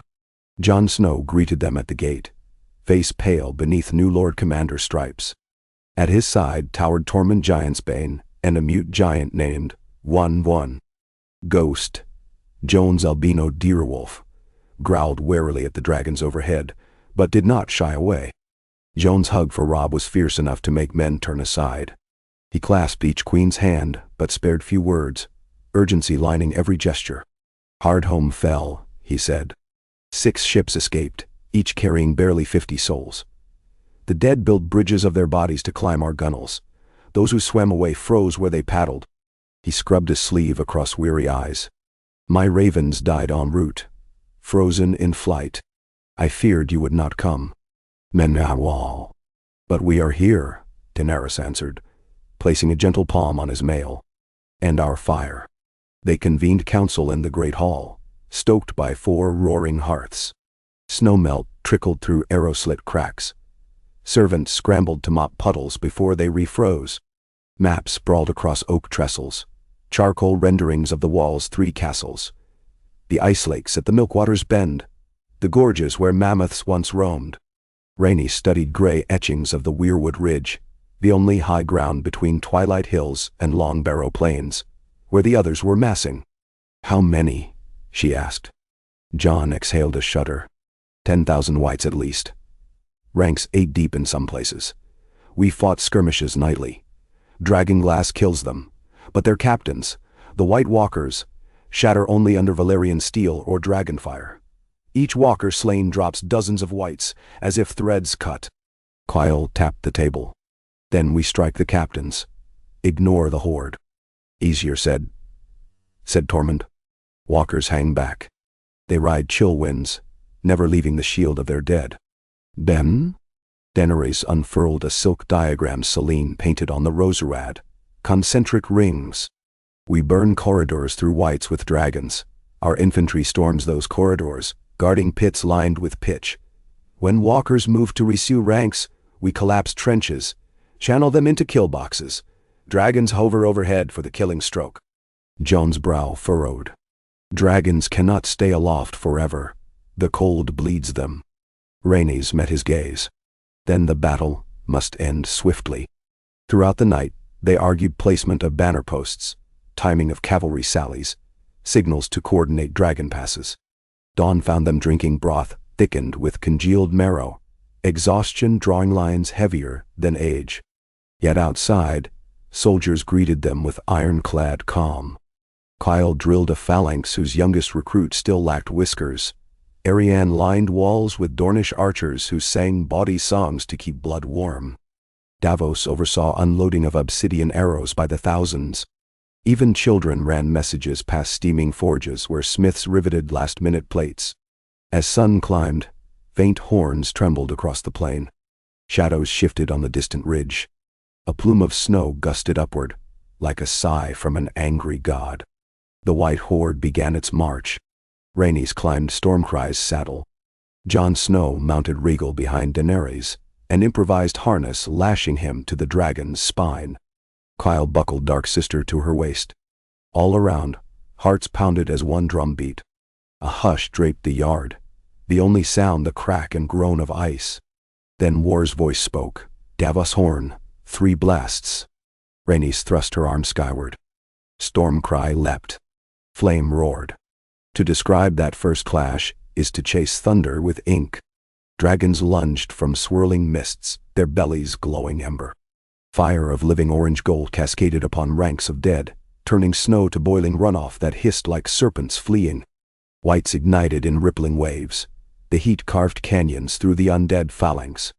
Yet within breaths, pale frost spread over charred forms, and the flames guttered under sudden, uncanny cold. New whites closed the fissures, step after relentless step, extinguishing their burning brethren with bodies that did not bleed. Behind their slaves sailed the walkers, pale kings in armor faceted like frostbitten diamonds. They glided atop skeletal steeds that never sank into snow. Each carried a spear of translucent ice that steamed where daylight touched. Their silence chilled more than winter's claw. Rhaenys felt Stormcry recoil at the sight, but she whispered high Valyrian lullabies into the wind and pressed her knees tighter. They climbed, banked, dove again. Below, pitch-lined pits ignited from flaming arrows, barriers erected by the night's labor. Whites tumbled in, piling and clawing, only to burst into smoky pillars that stank of grave rot. Archers loosed storms of black arrows, the obsidian tips shattering skulls with crystalline snaps. On the western flank, Myriad shrieked when an arrow of ice grazed her wing, leaving a stripe that smoldered cobalt. She faltered, but Davos' calloused hands steadied her reins, guiding the dragon over the trenches until she regained height. Ashwing whipped fire in a wide arc, shielding her sibling. Flame licked the ice arrow's residue, erasing its unnatural cold. Yet for each dozen felled, more whites clambered over burnt husks. Rhaenys saw whole swaths of their infantry swallowed under surging dead, heard shields shatter beneath cold fists. Giants of the dead, a grotesque parody of 1-1, swept tree trunks studded with obsidian shards, knocking swaths of soldiers like ninepins. One giant seized a Dornish sergeant and hurled him against Winterfell's outer wall.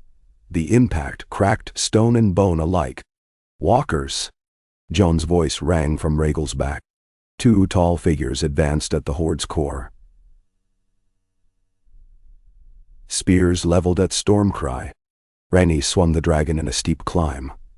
The first ice spear hissed past her calf, embedding in a watchtower's turret, where it blossomed into fractal frost that consumed crenellations.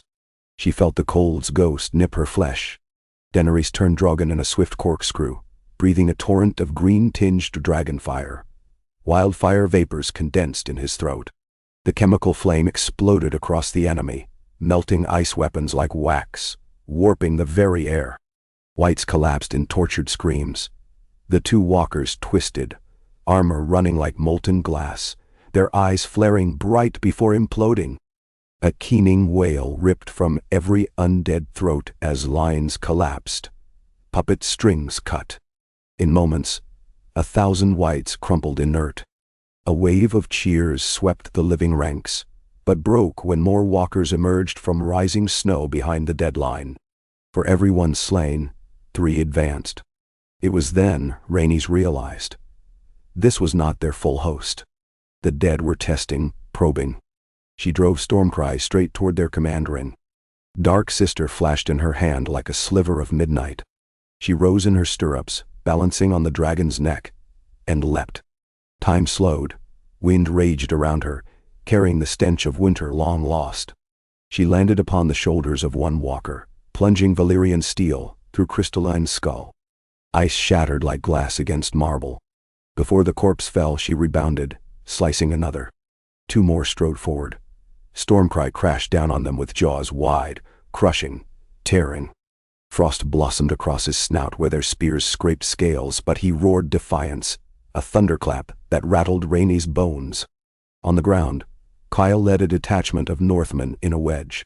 Dragonglass spears bristled, punching through white torsos with machine precision. Arianne darted past, severing hamstrings with Dornish steel kissed by wildfire. With each walker's death, gaps opened in the horde. The living pressed through, torching fallen limbs, methodically clearing lanes. Yet the cold grew heavier. Breath froze to beards in seconds. Flames guttered shorter each minute. Dragons wheezed, tongues coated with hoarfrost. Even Drogon's massive furnace coughed embers instead of torrents. Rhaenys felt Stormcry's chest heave slower. His wing beats labored. The air itself conspired. "Rally!" she shouted to Jon above the din. "We fall back to the trench." Horn calls repeated. Infantry disengaged, retreating beneath arrow cover. Dragons climbed, retreating to Winterfell's walls for rest. As Rhaenys landed, maesters rushed to swab Stormcry's nostrils with mulled wine spiked with powdered ember leaf, an old Valerian remedy for cold lungs. She stroked his neck until tremors eased. Daenerys cradled Drogon's jowls, murmuring words lost in wind. Night fell. Swift and absolute. The trench's obsidian stakes gleamed under torches. Snow sparked with embers of burnt corpses. The dead withdrew beyond arrow shot, forming silent crescent lines that glowed faint blue under starlight. Between armies, the battlefield steamed, corpses half-fused into slushy mire. Inside the castle, council reconvened. Faces were pinched white, lips cracked. They counted losses. 700 dead, near 200 missing. Supplies dwindled. Wildfire down half, dragonglass arrowheads chipped or shattered. Dragons needed rest. And the dead, uncounted, still lurked. "We cannot outlast them," Jon said. "We strike again before dawn while they still reel." They were reeling, then they multiplied. Davos countered. "Cut one head." He gestured helplessly. Rhaenys studied the hearth. Embers cracked softly. Stormcry's frostbite worries thrummed inside her brain. But she remembered Ashara's vow. Children unafraid of steel. The dead targeted flame, yet feared flame. That paradox held answer. "Selene," she said. "Glass candles. Can you bend them to carry flame instead of sight?" The maester's brows shot skyward. "They siphon heat. Yes, with a focusing lattice. Walkers shield themselves in cold." Rhaenys continued. "We light a sun to sunder that shield." Daenerys understood first. Forge a beacon high above the battlefield. A glass candle array, fueled by dragonfire, burning hotter than any pyre. Selene's fingers flew, sketching runes. "We need black limestone pillars, silver filigree to focus resonance, copper mirrors angled." Robb slammed his fist in agreement. "We can raid Winterfell crypt supports, melt Tyrell coin for silver." Jon rubbed Ghost's ear. "If it works, the walkers lose their winter heart. Dragons reign again." They set to work, despite exhaustion. Smiths dragged anvils to the godswood. Wildlings fanned bellows. Stone masons cracked ice from old tombs, quarrying slabs of granite to shape into pillars. Maesters scribbled incantations older than High Valyria, binding glyphs to metal with mixtures of blood and dragonglass dust. Rhaenys walked among them, lending strength with word and presence, snatching minutes of sleep against Stormcry's warm flank. Hours before dawn, the moon slid behind ragged clouds. The dead resumed advance, ranks rolling silent. But now, a skeleton lattice rose atop Winterfell's central tower. 4 burning glass candles set in silver-laced iron, their tips fused through copper mirrors into a single concentrated cone pointing skyward. Dragon stood ready at its base, nostrils steaming. "On my call," Rhaenys shouted above the wind. She clasped Daenerys' wrist. "Sister, ally, flame," then swung into saddle. Beneath, Stormcry trembled with anticipation, his scales shimmering copper where frost earlier dulled them. The dead closed within 100 yards. White stumbled into the trench, some impaled, others building grisly bridges of bodies.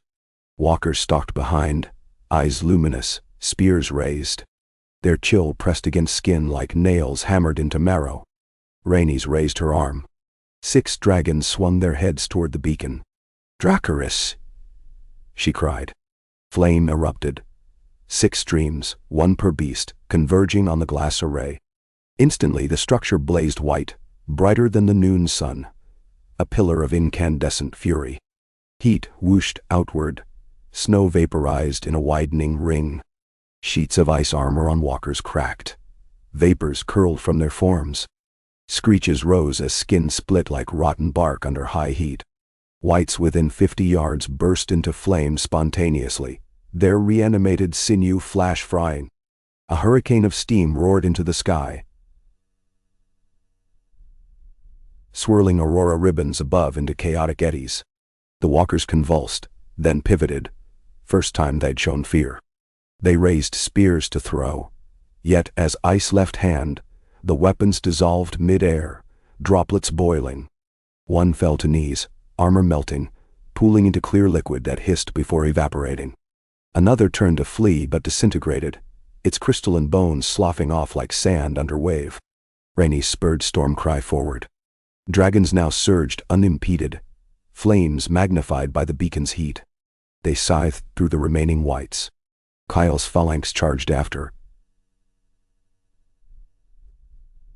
spears sweeping dormant limbs into pyres. One hurled a boulder that shattered a rank of jaw-snapping skulls. Jon and Daenerys swept overhead, weaving fire braids that closed holes where dead poured. The battle lasted the measure of 300 heartbeats. When silence returned, snow no longer fell. Instead, ash drifted down, warm as hearth flame. The dead lay shattered, nothing left but puddles that refroze into eerie glass shaped like footprints. The very air tasted like hot copper. Then, across the plain, a final rider appeared. Taller than any walker, clad in armor carved from nightfire. Upon its brow nestled a crown of icicles, each point humming with trapped starlight. It stared across the field at twin queens on twin dragons. Stormcry thrashed. Drogon snarled. The rider raised one hand, a gesture of challenge or invitation, and spurred its shadow horse toward the forest's edge.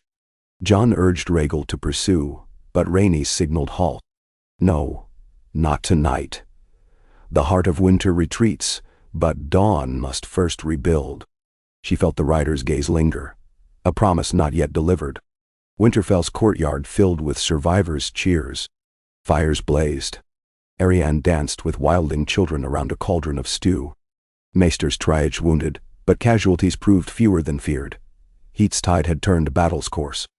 Selene recorded the new science of flame glass in her ledger, tears freezing on lashes. Robb and Jon clasped hands, family threads resewn. Rhaenys half collapsed beside the beacon's base, head bowed against Stormcry's chest. Daenerys slid down Drogon's flank and crouched. "We burned a star tonight," she whispered. "One star," Rhaenys murmured. "Enough, for now." She pictured the Ice Rider vanishing into forest gloom, the war's true heart still beating. But she also pictured King's Landing's bells ringing again. Children chasing snowflakes that melted warm, Ashara's lullaby floating on spring breeze. For the first time, tomorrow did not look like threat. It looked like promise sown from cinder and snow. She stood, supporting herself on Dark Sister. Dawn blossomed behind the tower, casting slanted golden rays across the yard. Snow crystals refracted that light through thin sheets of steam, scattering faint rainbows across grizzled helms and scarred ramparts. Soldiers raised weary eyes. Some pointed, laughing softly, others knelt. It was too beautiful for fear. Rhaenys found Jon, Robb, Arianne, Kyle, Davos, Selene, every leader who'd carried Night's burden, and gathered them before the beacon's smoldering base. "Today we saw winter kneel to dawn," she said, voice scraping raw from cold and ashes. "But dawn is not given. It is chosen, forged, defended each day. The rider we glimpsed will return. When it does, it must find all Westeros, every house, every heart, standing together." Helms dipped, torches lifted. Promise etched itself upon frost. Somewhere far off, a new wind howled, no longer cold, but restless, tasting of sap and thaw. Stormcry lifted his head, scenting it. Rhaenys stroked a hand along his neck, feeling scales warm under rising sun. "Let the next winter come," she whispered. "Its night we'll meet, sisters of flame." She turned toward Daenerys. Together, they looked east, where a faint red comet trailed across brightening sky, the same omen that had once heralded dragons born in fire and blood. Now it streaked above a realm awakening to a fragile, radiant morning. And somewhere, beyond forest and ruin, the ice-crowned rider paused, watching that comet in the smoke pillar beside Winterfell. Within silent, frost-rimmed heart, it weighed the cost of dawn achieved. But for this breath, this sliver of time, the snows quieted, the world exhaled, and the legacy of 2 daughters reclaimed by choice burned bright enough to outshine fear. The second dawn after the beacon burned winter from the ramparts unfurled in a hush, so profound the world itself seemed to wait. Icicles still clung to the merlons of Winterfell's walls, but within the courtyard the hard crust of ice had softened, turning to slush beneath boots and dragon-sized talons alike. Smoke from victory fires drifted lazily upward, rather than whipping sideways in needle squalls, and the faint warmth in the breeze coaxed birds from bare branches to test thin chirps of spring. No one mistook it for the true turning of the season. Yet hope, once a fragile ember, now glowed with the stubbornness of banked coals. Rhaenys lingered beside Stormcry, brushing stray flakes from the web of healed scales across his muzzle. Each exhale from the dragon puffed white vapor that spiraled into the sun-washed sky and vanished, leaving behind only the scent of metal and singed pine. The assault had cost him 3 cracked ridge scales, a gash along his left wing where frostfire had chewed the membrane, and a weariness that slumped his shoulders like a smith bent over an anvil too long. Still, when Rhaenys pressed her brow to his, she felt the low rolling thunder of strength within him. He nickered, an incongruous, almost horse-like sound, nose nudging her shoulder as if reminding her that wallowing in exhaustion would do neither of them any good. She smiled despite the ache in her muscles. "We live," she whispered in High Valyrian. "And the dead do not," he rumbled, turning his attention to a cluster of wide-eyed children perched atop a grain cart near the smithy. Rhaenys motioned them closer. Tentative at first, they stepped forward, cheeks slapped pink by cold and excitement. She guided their mittened hands to Stormcry's warm scales, watched their eyes widen as they felt the tremor of his breath. Laughter, unfettered, astonished, rang across the yard. She let it settle in her bones like medicine. Across the courtyard, Daenerys stood at Drogon's side, speaking with Jon Snow, Robb Stark, and Maester Selene. A single look passed between the sister queens carried more than words. Relief, pride, and a shared awareness that what lay ahead could prove harder than the battle itself. Rhaenys excused herself from the children with a promise to return after supper, then strode to the impromptu council. Jon's face bore fresh worry lines. Scouts returned from the ridge. He pushed a strand of raven hair from his eyes. Not a corpse remains. No shards of armor, no fragments of ice spears. The wind carried them off. Or something else did. Robb traced a finger along the embroidered direwolf on his gloves. "The rider we saw may be drawing the remnants north to muster another host." Daenerys folded her arms. "Let him gather his forces. We will meet him on ground of our choosing next time, beyond the wall if we must." Her gaze shifted to Selene. How long to replicate the beacon? The maester's eyes gleamed behind spectacles fogged by dragon steam. "If we salvage crystal cores from any surviving glass candles at Dragonstone, melt and recast their lattice to this design, perhaps 2 Senites, less if Korth silversmiths lend hands. But we'll need a steadier supply of the powder that allows them to channel heat. The last cask was emptied last night."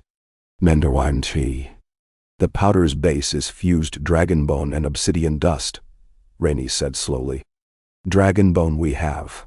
Obsidian we must mine faster. Deep shafts, heated with smith bellows to keep the veins from freezing." Selene nodded vigorously. A wind rope lift in Dragonstone's main shaft would triple haul loads. I'll draft blueprints today. John spread a map across a barrel. The savage north of the wall, its inlets and dead rivers. Gendry Baratheon's raven reached before the beacon was lit. He and Tormund's free folk are fortifying Eastwatch. If the rider crosses the shivering sea on black ice, Eastwatch falls first. Then, we sailed dragons along the coast, Daenerys said. Drogon, Rhaegal, Viserion are strong enough again by tomorrow night. Stormcry and the others can join after 2 days' rest. Robb's breath smoked. I'll march rangers to Queenscrown. Set beacons every 10 leagues to relay warnings.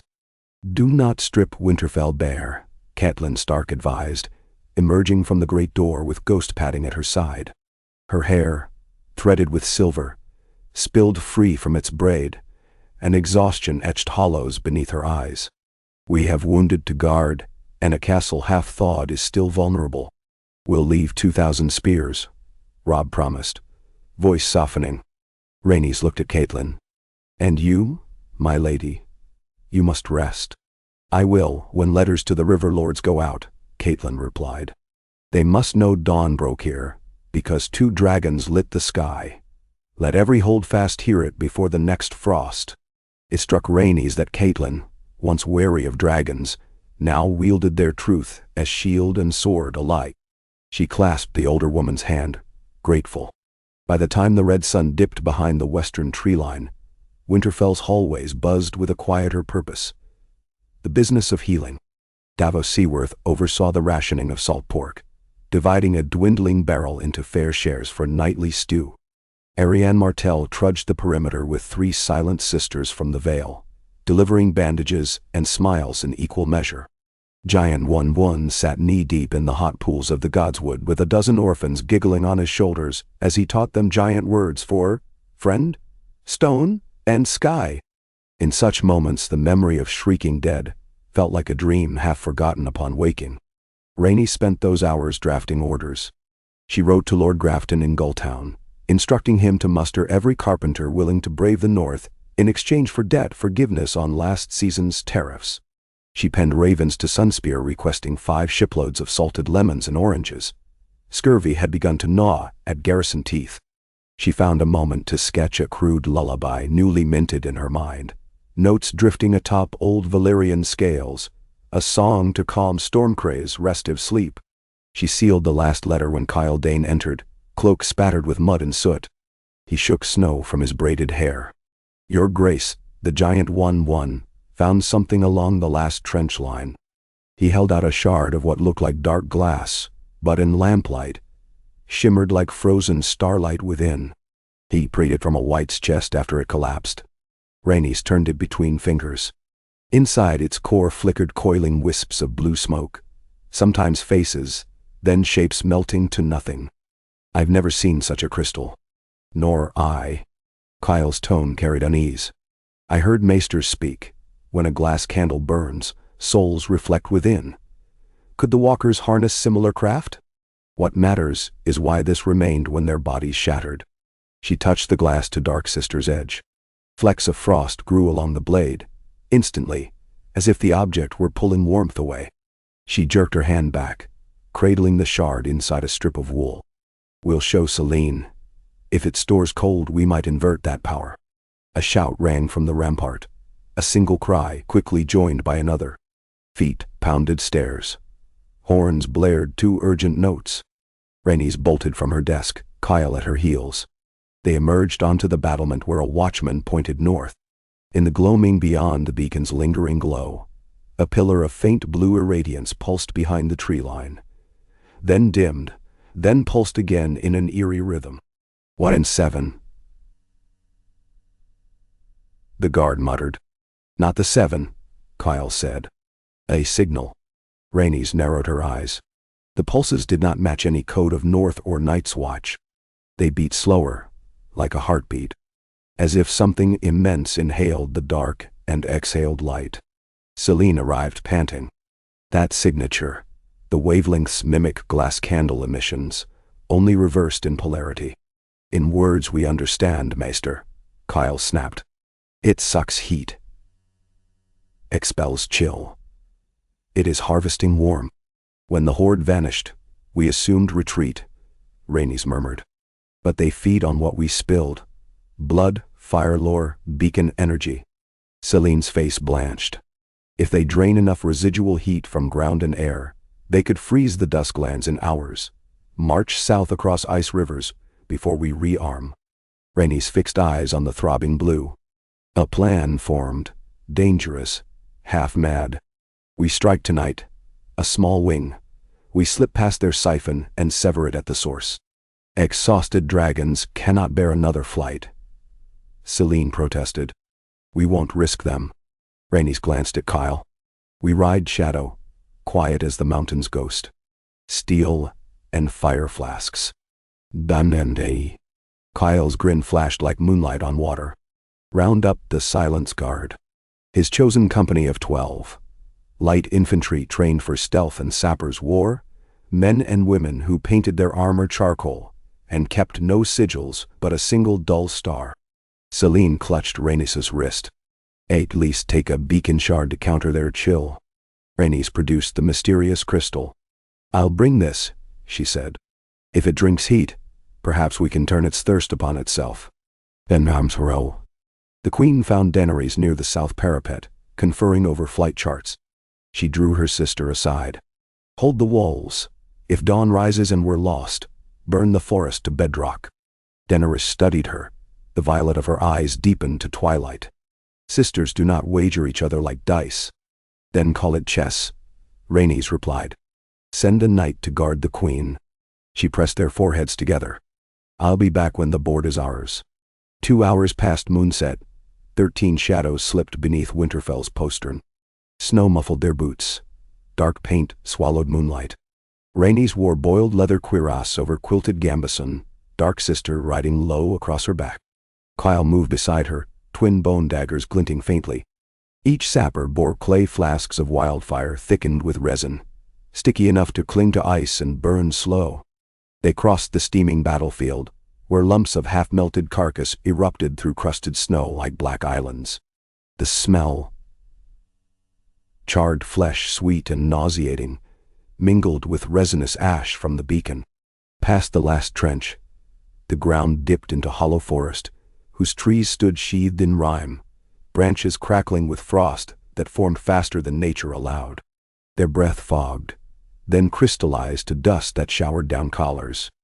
Deeper, the pulsing glare intensified, lighting trunks cobalt. Bark shattered under frost's pressure, falling away in sheets. The sound was like distant applause. Wood snapping, ice sprouting, entire sapling groves exploding into icy powder.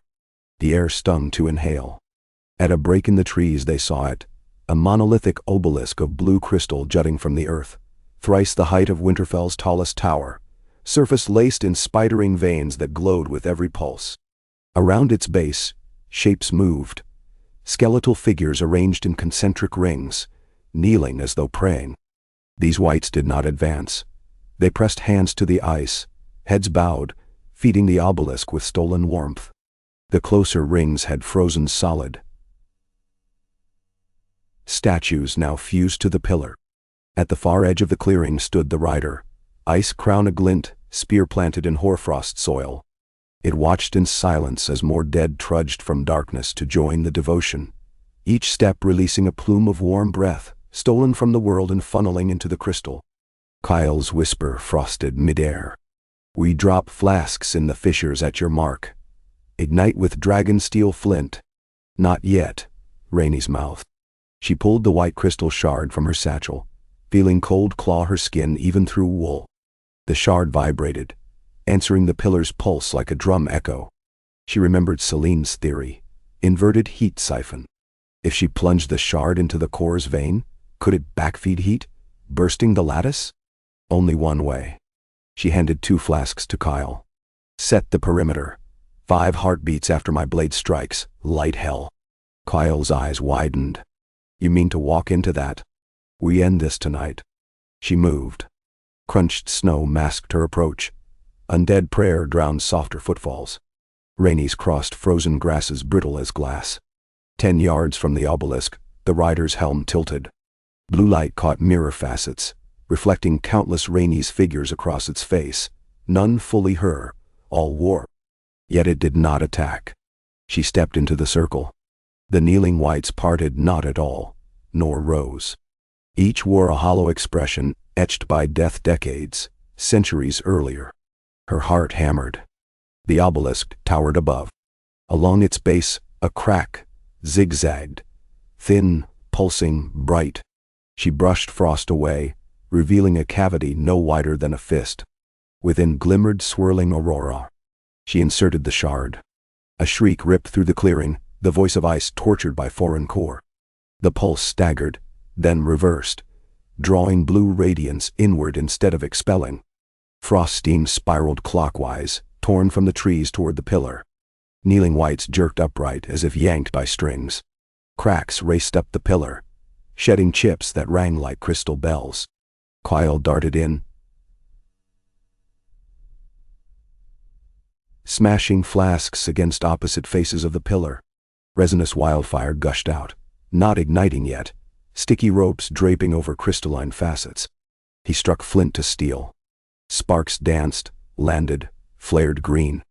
Fire licked up the obelisk sides, chasing cracks. The rider hissed. Its spear lifted, aimed at Rhaenys. She raised Dark Sister, but the spear never flew. Stormcry's roar thundered from the treetops as he stooped out of darkness. He must have broken his tether to follow her scent. The dragon's jaws lanced red-orange fury that cascaded over the rider and whites. Flame met ice, erupting into explosion of steam that flattened saplings. Rhaenys hurled herself aside, rolling through a snowbank. She hit trunk, wind knocked out. Blinding heat met blinding cold. Hot fog so dense she saw nothing. From its depths, a crack like mountain splitting. The obelisk sunbeam bright, fissure widening. A second later, detonation. Shards as big as shields whooshed overhead, trailing frost burn. The impact flung her across ground, helm clanging stone hidden beneath snow. For seconds she lay stunned, ears ringing. When haze cleared, the clearing stood empty save for scattered glittering debris. The obelisk gone. White rings shattered. The rider? Only a pile of fragmented ice armor remained, crown pieces half melted. Stormcry hovered low, wings beating steam aside. Searching. Kyle stumbled over, blood streaking cheek. If that wasn't the Night King, he'll feel this rupture from halfway to the Frostfangs. Then we run, Rhaenys said hoarsely. She pried the crystal shard from rubble, now dull gray, dead. The obelisk's heart had consumed itself. They limped back beneath Stormcry's watchful escort, slipping through forest as frost receded behind them. Where the pillar fell, hoarfrost melted, revealing black soil that steamed. Crickets, dormant for months, chirped tentative notes before falling quiet again. Winterfell's defenders jerked awake as Stormcry landed, roaring triumph. Rhaenys half staggered, half strode through the gate. Daenerys met her first, arms encircling shoulders still trembling. When Rhaenys pulled back, her sister's gaze alighted on the broken shard. Understanding flickered. Then, fiercer determination. That was his phylactery. Selene said after quick study. A phalanx stone. He bound the remnant souls of whites to accumulate chill. Destroying it will slow his resurrection cycle. How slow? Jon asked. The maester's shoulders lifted. Perhaps moons, perhaps years, perhaps hours, Rhaenys warned. We cannot gamble. Daenerys turned to the assembled captains. We must march beyond the wall, before he regains strength, or crafts another siphon. Build a fort at the fist of the first men, Robb said. A bastion of fire. Jon drew breath. A fortress. True. Permanent. Manned by every house. We call it Dawn Watch. Rhaenys closed her eyes a moment, hearing again the pillar's death cry. The war was not over. But a pathway beckoned. Made of glass turned to sand, of ice turned to steam, of fear turned to fury. She opened her eyes. Spread word. We ride at first light. Sunspear, the Reach, the Vale, every bannerman who calls the realm home. Let them meet us on the Milkwater with timber and stone. We will chase winter to its heart and build dawn upon its grave. Then so. 12 days later, columns of banners crested the rise above the Milkwater plain. The river, thawed by unnatural warmth, ran free through banks gilded with frost flowers. Beyond lay leagues of white desert stretching to the distant wall, where watchers on crumbling parapets raised torches at the sight of incoming armies, their flames mirrored by 6 dragons swooping overhead. The ground where centuries of snow seldom melted now carried tents, kilns, hoists, and half-raised palisades. The first stones of Dawnwatch Keep, huge granite blocks etched with runes of both Old Valyria and the First Men, had been lowered into trenches by giants and mammoths, harnessed in uneasy partnership. Wildlings mingled beside knights. Dothraki hammers pounded rivets alongside blacksmiths of the north. Every hour, another caravan arrived with cedar logs from the south or iron spikes from Myr. At the camp center, Rhaenys and Daenerys established a pavilion draped with banners of dragon, direwolf, kraken, rose, spear, and more. Lords came in waves, yawning Umber with new scars, dour Galbert Glover, bronze Jon Royce, soft-spoken Quentin Martell, Ser Brienne of Tarth carrying Tormund's dwarfed flail like straw, even Maester Marwyn, dragging behind him a wheelbarrow of arcane tomes. Rhaenys recognized in their eyes the same blend of terror and defiance she'd felt when Stormcry first spread wings above charred docks of Driftmark. She met each bow with equal nod, each oath with measured gratitude. During daylight, they planned trench lines laced with pyromancer wells, collapsible drawbridges designed to snap upward and trap wights inside kill pits. At dusk they trained, wildling spear formations rotating with knights of the Green Apple Fist. After nightfall, storytellers recounted victories. Gendry cleaving White Walkers with Baratheon warhammer. 2 Carhold girls rescuing a line of Taroshi Sellswords from an ambush in the haunted forest. A Dornish boy who shot down an icehawk with single dragonglass arrow. Tales spread, forging comradeship across accent and allegiance. Rhaenys slept seldom. She roamed rampart earthworks, whispering encouragement, reminding men to oil bowstrings and covering children with extra wolf pelts. Often she paused to watch Jon Snow and Daenerys speaking quietly on an outcrop overlooking the half-built walls, their silhouettes framed by star-sprinkled void. It struck her that Jon, once bastard relegated to watch the realms of men from shadows, now carried the hopes of 2 continents. And Daenerys, born in exile, had forged a wider family than any lineage scroll. She wondered what destiny might carve for herself. Queen? Rider? Sentinel of Dawn? Perhaps all, or none. She shrugged off the thought. Titles mattered less than deeds. On the 14th day of the build, a scout galloped in from Frostfang Pass. His voice shook as he dismounted. "The horizon moves," he gasped. Waves of white, bodies, and behind them, towers of ice crawling on legs of frost. They dragged chains thicker than bridge cables. 8. What distance? Jon demanded. 2 leagues beyond the Watcher's summit. They march slower than men, but they do not stop. Many. A hush fell around the map table. Even distant hammer strikes seemed to falter. Rhaenys steadied her breath. Then the final board is set. She ordered quartermasters to triple arrow rations, healers to prepare burn salves, pyromancers to fill every sphere.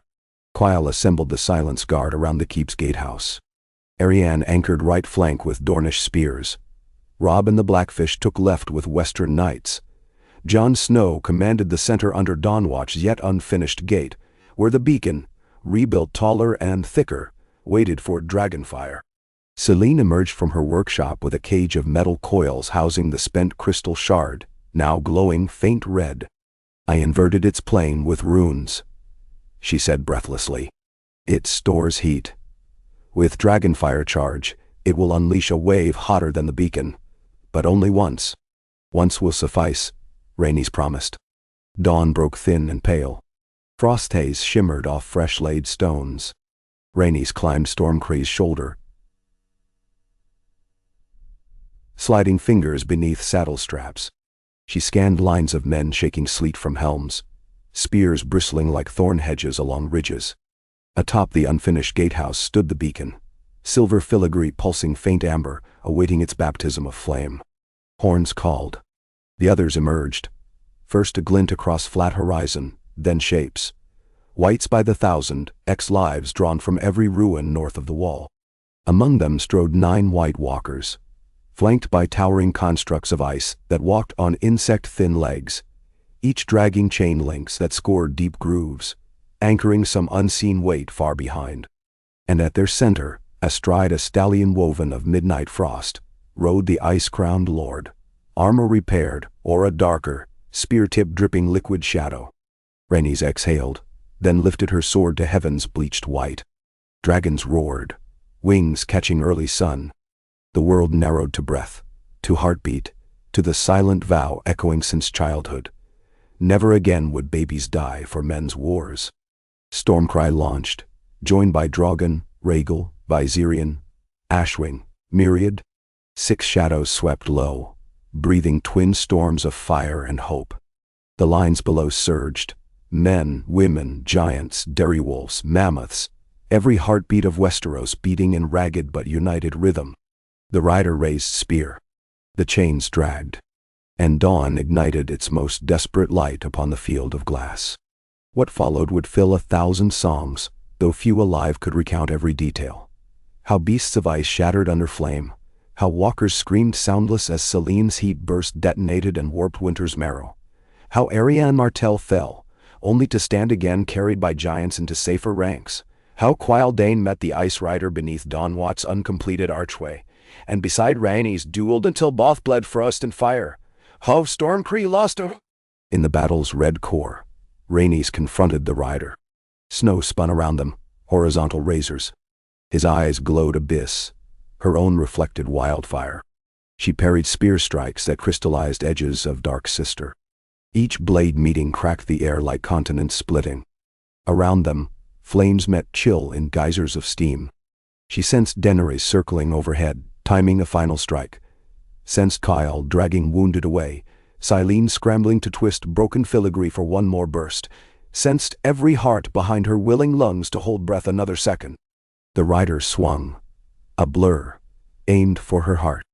Rhaenys twisted, letting the steel tip graze her ribs, biting deep enough to freeze breath. She dropped to one knee, not in surrender but in coil. As the rider raised spear for death blow, she drove Dark Sister upward with all the fury that 4-year-old child had stored since the mountain crashed her nursery. The sword pierced cracked ice breastplate, plunging through ancient heart. In that instant she pressed her palm, slick with her own hot blood, against the wound, channeling warmth and memory and every lullaby Ashara ever sang. The crystal heart inside him glowed red, then white. She jerked her hand free, stumbled back. The rider shattered, first cracks spidering from breast, then limbs fracturing as molten heat erupted outward. Spear exploded into shards that melted mid-flight. The crown became steam. The rider's scream, finely voiced, gusted like hurricane, tossing Rhaenys against wall. Then silence fell, absolute, as ice dust drifted, each particle catching dawn's fire. Across the field, whites collapsed lifeless. Ice machines froze mid-step, legs ossified into stalagmites. Walkers fell like toppled statues, bodies breaking before they hit snow. In a single breath, winter's army ceased. Rhaenys lay staring at sky until Stormcree's snout nudged her side. She rose unsteadily, ribs shooting pain, but alive. She scanned carnage. Dragon lords hugging, wildlings sobbing, Northmen swearing skyward. Amid wreck, Daenerys descended on Drogon's back, landing beside, her braid undone, her cheeks streaked with soot. She dismounted and ran, clutched Rhaenys until armor creaked. "It's over," she whispered against her neck. "For now," Rhaenys said, but even she felt the truth. The long night ended not because dawn was handed down, but because people seized it together. 3 weeks later, a sunrise unlike any in memory warmed Dawnwatch keeps curing stone. Migrating birds charted black V's across azure. Dragon eggs nestled in molten sand near Drogon's lair hatched twin hatchlings, bronze and pearl, firstborn in the north. Snowmelt fed fields where the free folk sowed turnip seeds beside Reachman. In Winterfell's rebuilt Great Hall, lords and small folk signed parchment birthing a Dawn Charter. Each winter the realm would send a rotating third of its able-bodied to guard the wall in the north beyond, their cost borne equally by all provinces. Bandits found enslaving orphans or reselling wildfire would lose lands. New small councils erected in every region reserved seats for free folk and septons alike. Rhaenys attended each ratification, not from a throne. She no longer claimed one, but from a plain bench beside Daenerys, Robb, and Jon. When asked what title she preferred, she waved it aside. "Keeper," she said. "That is enough." On the solstice, a celebration filled Winterfell's courtyards with music unburdened by fear. Children fashioned glass fragments from the fallen obelisk into suncatchers. Giants painted archaic runes in crimson across Dawnwatch gates. Dragons soared overhead trailing flames that shimmered rainbow through diffracted ice dust. Amid laughter and spilled mead, Rhaenys pulled Daenerys aside to the Godswood pond thawed early by spring runoff. "We've lit the dawn," Rhaenys said, kneeling to watch clouds drift across mirrored surface. "Can we keep it alive?" "We can," Daenerys replied. "So long as we remember even dragons can freeze if they grow too proud to shelter one another beneath their wings." She touched the faint scar beneath Rhaenys' ribs, nerves still twinging cold. Pride did not win that field. Mercy did, wielded by stubborn hearts. Rhaenys breathed in the scents of damp soil and budding moss. Memory of nursery screams surfaced, but now it met softer echoes. Children laughing against storm cries hide, wildling girls shaping dawn out of glass fragments. A realm's pulse beating within a keep named for sunrise. Pain softened, became thread in tapestry. She rose, clasped her sister's hand. Together they walked toward ramparts where new beacons, dormant, harmless, waited, symbols carved on their plinths in Valyrian and the Old Tongue. Night falls, dawn answers. Dragons settled atop the arches, breathing warm smoke that curled among newfound leaves.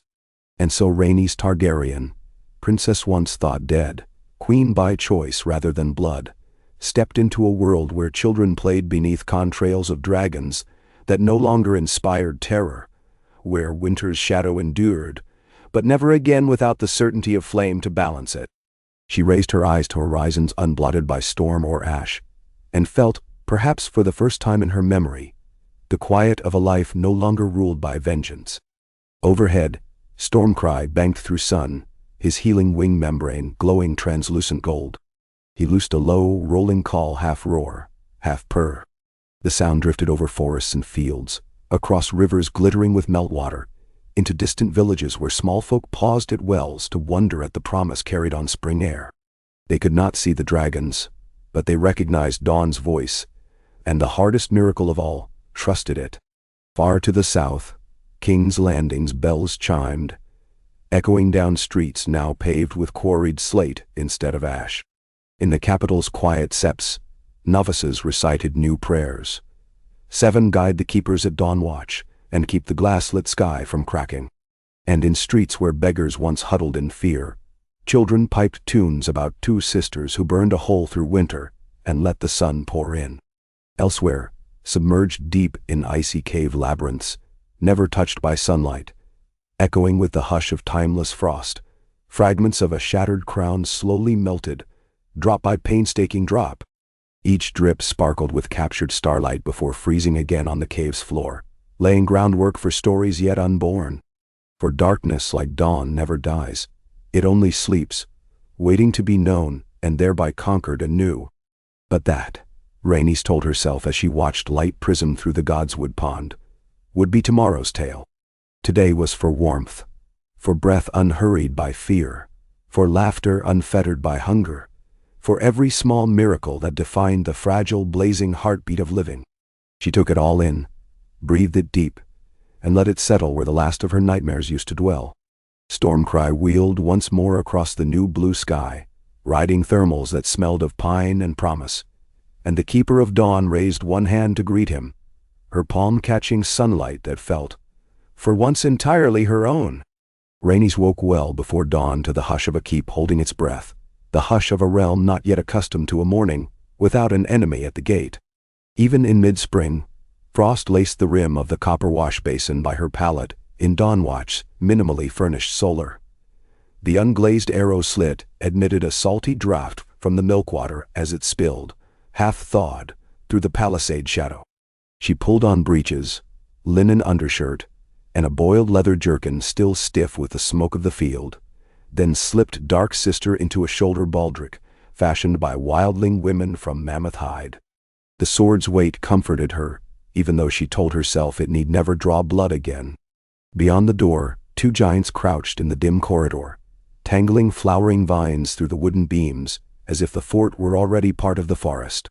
One raised one shaggy brow in greeting, and muttered a low "sorry you sleep not," while the younger giant, Fen, only grinned and presented Rhaenys with a fist-sized blossom that smelled of ice melt and peat. She accepted the gift gravely and tucked it behind her ear, thanking them in halting old tongue. They lumbered off toward the gatehouse to resume hauling stone. In the yard she found Daenerys feeding pieces of dried eel to the hatchlings, bronze ancalagon and pearl celeries, who flapped soft wings no bigger than kite sails. Each snatched its morsel with sharp squeaks, ember heat curling off delicate nostrils. The older dragons dozed in a semicircle around the rampart base. Drogon sprawled like a black mountain. Stormcry curled protectively over Ashwing and Myriad, scales clinking as they shifted in slumber. Dawn's first pale bar washed gold across their ridges. It struck Rhaenys then that she might look back on this instant, dragons sleeping peacefully outside a bastion built for humans and wildlings together, and decide it had been her life's single most improbable success. She crouched beside her sister and offered 2 fingers to each hatchling so it could taste her scent, as Egan's old scrolls had described. Celeries cocked her head, tongue flicking. Ancalagon tried nibbling the leather cuff at Rhaenys' wrist, found it tasteless, and chirped in affront. They were so small. How swiftly would they grow? She wondered. How much of the world would they inherit? Plenty of time remained for both questions to curdle into terror, but she would keep fear chained for now. Daenerys brushed snowflakes from her braids. You could have slept longer. Dreams hound me. Rhaenys traced the scabbed wound beneath her ribs, the one the rider's spear had kissed. Stormcry dreams too. I can feel it when he whimpers in his sleep. Night terrors? Daenerys' violet gaze softened. The maesters brewed a draught, milk of the poppy fused with moon tea and nettle. It dulls the mind but gifts dreamless night. I need my mind sharp. If nightmares come, let them. Rhaenys straightened. We break ground on the inner curtain today. By dusk we set cornerstone for the Hall of Oaths. Jon says the ice under that quadrant is weirding, easier to carve. We should see it ourselves. Then, Iral. Afterward you'll eat. Daenerys pressed. After. They said nothing further. Words came harder between them lately. Not for lack of affection, but its abundance. Each felt the other's bruises too clearly and feared touching them. Instead they walked shoulder to shoulder toward the half-finished rampart where Robb Stark supervised masons. Robb swore the wind off the frozen shore made men forget how to hammer square. So he hammered beside them. His sledge knocked chips from granite quarried near Eastwatch. His hair, longer now, whipped in gusts that smelled of salt and cedar pitch. He hailed the queens, then pointed to a bark-stained trunk of weirwood lying on skids. Last night the children of the forest delivered that. Said if we set one post of weirwood every 100 paces through the inner wall, the stones would remember they belonged to living folk, not ice devils. Rhaenys touched the smooth heart-tree timber. Its grain throbbed faint warmth despite the chill. If stone can remember, so can bone. She told Robb to have the giants sink those weirwood poles deeper than foundation depth. Marrow of the earth would clutch them and hold. They spent 2 hours reviewing alignment. Ariane Martell joined them, still favoring a bandaged thigh but quick in wit, her sun-browned hands tracing columns of figures across parchment to ensure the parapet stairs would not collapse under Giant's weight. Davos Seaworth limped up with fresh shipping logs. 3 Myrish carracks and a Bravos cog carried lime, tallow, and dried olives to the narrow landing. A fair wind might bring them to Dawnwatch within 4 days. He also brought a smaller scroll in plain wax, a raven from King's Landing. When Rhaenys cracked the seal, soot dusted her glove. The parchment bore a handful of words in Silene's tidy script. Plague in Fleabottom. Fever of glass lungs. 10 dead, 20 ill. Contained, but advice required. She felt the keep spin slightly. Glass lungs. She whispered, remembering tales of a cough that filled lungs with glassy phlegm until breathing tore them. Last recorded in less 40 years past. Smuggled inside spice casks. It killed within days. Davos read her features. You'll want to leave today. I must. She folded the letter. Send riders to spur the Myrish carracks. They may harbor the disease. No ship anchors in Blackwater Bay until examined. Robb objected first. If you fly south, Dawnwatch loses half its magic. People need the keeper here. People in the city need breath to live at all, she answered. And Stormcry will fly at half-wing power yet. We shall take Ashwing. Smaller, faster, rested. Daenerys set down celery, stood. I go too. Rhaenys almost refused. But she saw the set of her sister's jaw, mirror of her own stubbornness, and nodded. We take both hatchlings. The city could use wonder as antidote to fear. Robb sighed. Jon will raise brow, but he'll manage. He clasped Rhaenys' forearm. Return swift and healthy. Ariane scribbled notes. I'll oversee weirwood placement while you're gone. Giants follow me now. She limped off, calling orders in Rhaenys. Rhaenys dashed to gather field satchel. Vials of vinegar, copper amulets shaped like lungs, superstition soothsome, and the dead rider shard contained in lead box. She still studied its ebbing glow nightly. At stable, she found Kyle already saddling Ashwing, his bone daggers peeking above one hip. You won't outrun plague with steel, she chided. Can't outrun fear either. He cinched girth. Someone must watch your back when city rats smell weakness. They launched just after midday, Ashwing and Drogon leading. Hatchlings tucked in nets behind Daenerys. Stormcry roared farewell. The army below raised pikes in salute. They banked south across the still-ruined woods, over the ragged wall where Night's Watch men gaped skyward, then soared above the snows of the Gift that melted into spring green as leagues fell behind. By dusk, they crossed the neck, glimpsing river-shrunken moat, Caelin glimmering with lanterns. By midnight, the first farms of the Riverlands slept under gentle starlight. Plague still distant, but Rhaenys felt it in each gust, like a phantom rattle in her own lungs. They camped on an island in the fork of the Trident, tethering dragons beneath willows. The queens huddled in bedrolls by scant fire. Fear of attracting highway eyes kept flames low. Daenerys dozed quickly, pearl hatchling curled at her neck. Rhaenys remained awake, listening to frogs croak until her pulse aligned with their rhythm. She traced with finger the raised scar along rib, then released slow breath. The world no longer spun, but it teetered on subtle tilts. Plague, politics, lingering shards of frozen hate. Before dawn, she heard Kyle pacing riverbank. She joined him. Mist clung to water. His silhouette carried 2 faces in that haze. Knight of Dane Line and shadow of Jonathor Derry. He spoke first, voice low. There will always be another foe. Yes. Does it weary you? It must not. He tossed a stone. Ripples swallowed moon's reflection. I dreamed of starfall, of falling stars, not home. A voice said, I am not Kyle. I am the sword unsheathed too many times. You could rest, leave court, live in mire on oranges and sun. She smiled faintly at the absurdity. He shook head. A sword rests only when mistress does. He glanced, sideways. "Mistress never rests." She said nothing but bumped his shoulder with hers, a softer answer than words. They stood until sunrise stained river pink. Day 2. They reached the Blackwater Rush's mouth. The city's outline emerged through haze. Glass brick ramparts half rebuilt, crane masts over shattered sept site, banners of joined dragon sigil, and seven-pointed star where once Baratheons roared. Smoke rose not in columns of war, but low smudges of hearth. Yet as Ashwing descended, Rhaenys noticed emptier quays. Dockworkers milled in slow wariness, cloth over mouths.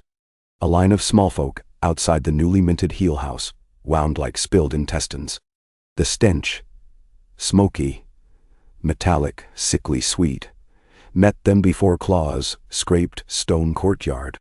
High Septon Bar Malaran stood ready with Celene's junior, Maester Tomard. Both wore cloth soaked in pine vinegar. Tomard's eyes widened at sight of dragons. The Septon bowed so deeply the tips of his frosted beard dipped into muck. "Graces, we thank the dawn for your swiftness."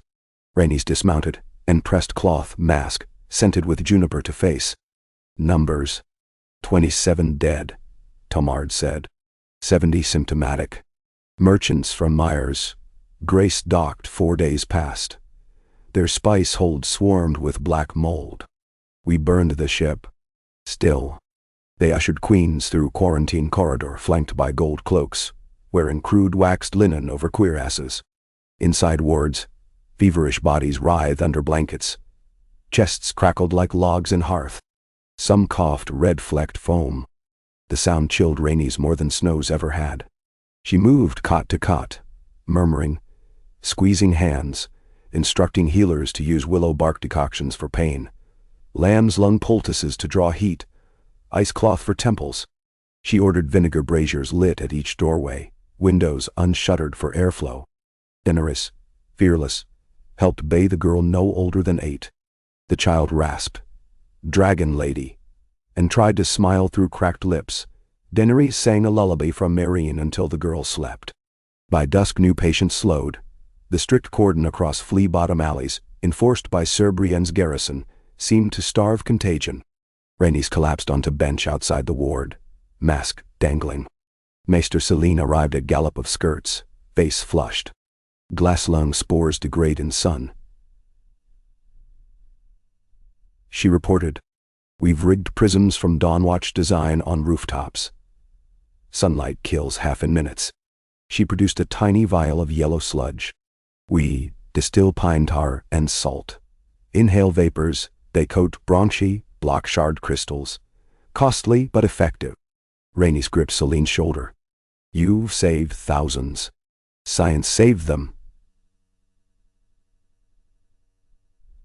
Selene corrected, though pride warmed her eyes. 3 days of grueling watch followed. Rhaenys slept in stable loft among hatchlings, rising hourly to review rosters. Only 5 more died. Symptoms plateaued. On 4th dawn, Septon Malaran declared plague contained. Bells rang soft clarion through capital, a note of weary relief. Small folk flooded streets to glimpse dragons perched atop Dragon Pit, remnant. Children pointed at Ancalagon chasing pigeons. Hawkers sold sweet seed cakes shaped like scale plates. Life reclaimed yet another wound. On 5th day, council convened in Red Keep refurbished Tower of Hands. Lords of Crownlands attended in restrained clusters, wary of contagion. Rhaenys sat not on iron throne, but plain oaken chair beside Daenerys. On docket, grievances of cobblers taxed twice by mistaking scribes. Proposal to mint new copper pennies bearing Dawnwatch on one side, 7 on other, and most contentious, a petition by Lord Giles Rosby to reinstate mandatory levies for fort upkeep. He claimed small folk shirked duty. As arguments tilted between compassion and coin, a page delivered scroll with veil sigil. Rhaenys cracked wax, scanned contents. Her pulse surged. She passed to Daenerys.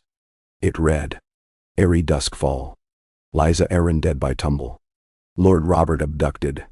Witness says winged shadow bore him skyward. Winds unnatural freeze the bloody gate. Need aid. Bronze, Jon Royce. Winged shadow. Rhaenys thought of lost wyverns in Ashai myths, of necromancers raising stone gargoyles. A new fear coiled. She interrupted debate, read letter aloud. Shock rippled. Some lords murmured sorcery, others suspicion toward remaining dragon eggs. Daenerys stood. We investigate. Today. While plague heals, realm still bleeds. Lord Giles sputtered. You cannot leave capital again. Riots only just quelled.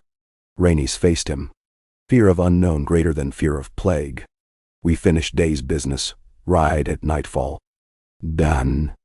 They passed coin mint motion, deferred levy petition, nominated Davos, acting steward, until Queens returned. Rhaenys visited Hell House one more time. The girl Daenerys lulled now breathed easier. She would live. That memory bolstered Rhaenys as she buckled Ashwing's harness once more. The flight east carved across still snow-capped mountains of the moon. Below, the Bloody Gate bastion lay half-buried in drifts despite late season. Banners hung limp, coated in frost crust, sparkling unnaturally bright. Archers waved weakly. Rhaenys felt air temperature plummet, colder even than Dawnwatch high winter. She guided Ashwing above Vale's slit valleys, saw trees rimed white though buds should show. The Eyrie perched on its column, now a throne of splintered ice.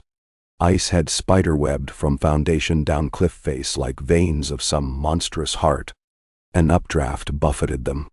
From Erie's highest balcony drifted something like feathers, pale, glimmering.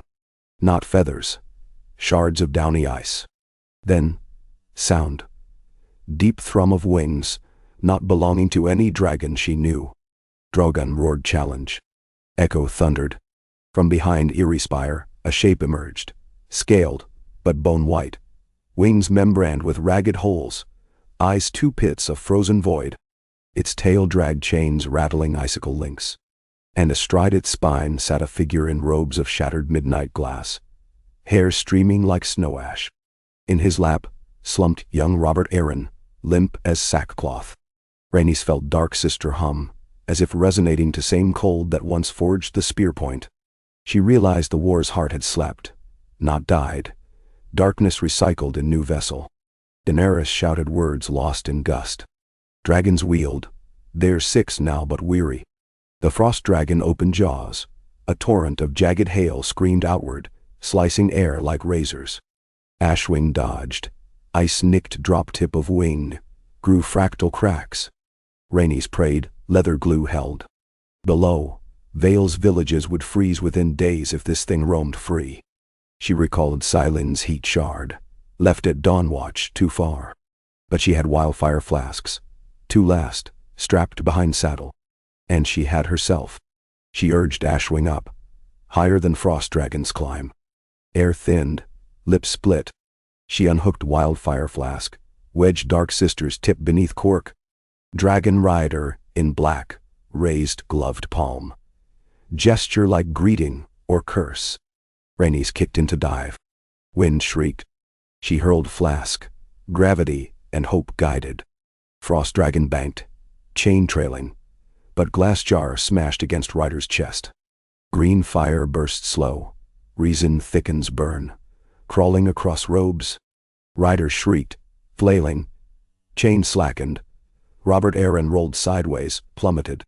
Daenerys swept Drogon beneath, catching boy in harness claw, hauling him into saddle cradle. Fire crept across Frost Dragon's flank, but chill halo fought it. Steam column billowed. Second flask whistled from Kyle's hand behind Rhaenys. It shattered against Beast's right wing. Blue membrane erupted in emerald conflagration. Holes widening. Dragon lost lift. Spiraled down, smashing into mountain flank with avalanche roar. Rider disappeared in plume of snow and flame. Ashwing landed half-skidding on rock shelf. Rhaenys leapt, slid into chute of ice, feet scrabbling until she stood at crater rim. The frost dragon thrashed below, winged stump burning, moaning some ungodly pitch. Within molten mix of fire and ice she spotted Rider crawling toward shadowed crevice. Flame licked his cloak but did not consume. Every lash cooled to hissing vapor. He removed. Beneath glass mask, face pale, not corpse blue but living, eyes dark as lunar ravine. Lips moved, shaping words she barely heard. I am seller of midnights. We are legion. Dawn is but passing cloud. Rhaenys descended. Snow crunching under boots. She drew dark sister. Dawn endures, she answered, and drove blade through chest. The sword pierced flesh, slid deeper. Strange, no bone. The body crumbled into flurry of ice powder that whirled upward and vanished. Avalanche settled. Frost dragon ceased moving. Shell of ice over heart cracked and melted, revealing muscle once white now reddening. Wildfire's victory. Rhaenys climbed back to ledge. Daenerys waited with Robert Arryn swaddled against Drogon's breast. Boy blinked groggy, murmured about sky monsters and sweet cakes. Queens shared glance, relief mixed with dawning dread. If darkness sprouted new horsemen, each wearing different face, then war changed shape, not ended. They ferried Robert to Bronze Yon's host near Bloody Gate. Valismen rejoiced, but trembled at tale of rider. Rhaenys tasked them to evacuate Aerys' high meadows till warmth returned. She ordered signal fires on every peak to watch skies for white wings. After 2 days of patching Ashwing's membrane with silk and resin, they flew north to Dawnwatch again. Minds heavy. Jon, Robb, Silene convened midnight council. They studied rider dust. Rhaenys kept grain in vial. Under lens, saw motes flicker between solid and vapor. Selene's verdict. An echo of old enemy, born from leftover shards and the fear of men. Destroy ice. Fear forges another shape. We fight story as much as flesh, she said. Then we must rewrite story, Rhaenys thought. She proposed founding an order of keepers. No crowns, no banners. Charged to patrol skies, seas, crypts of history seeking roots of such fears. False prophets, cursed relics, tales twisted by grief. Knowledge as sword. Jon volunteered Crow Brothers. Arianne pledged Dornish Windriders. Brienne offered Squire Corps. Daenerys insisted on forging sister libraries to hold scrolls of both magic and melody. And Rhaenys vowed to lead First Circuit beyond Sunset Sea. Rumor told of a lost isle where dreamwalkers stored memories in coral. Legacy. She addressed council. Ice-breathing dragon, you starve it of cruelty. Feed it with wonder. It grows kinder. Heads nodded. She saw a flicker of disbelief behind some eyes, but chose to trust their better angels. Spring matured. Crops greened in Winterfell's shadow. Freed folk traded furs for seeds. Plague receded to footnote in healers' ledgers. At Dawnwatch, weirwood posts sprouted tiny leaves, red in shape of half-moons, an impossibility north of Wall. Children painted them gold.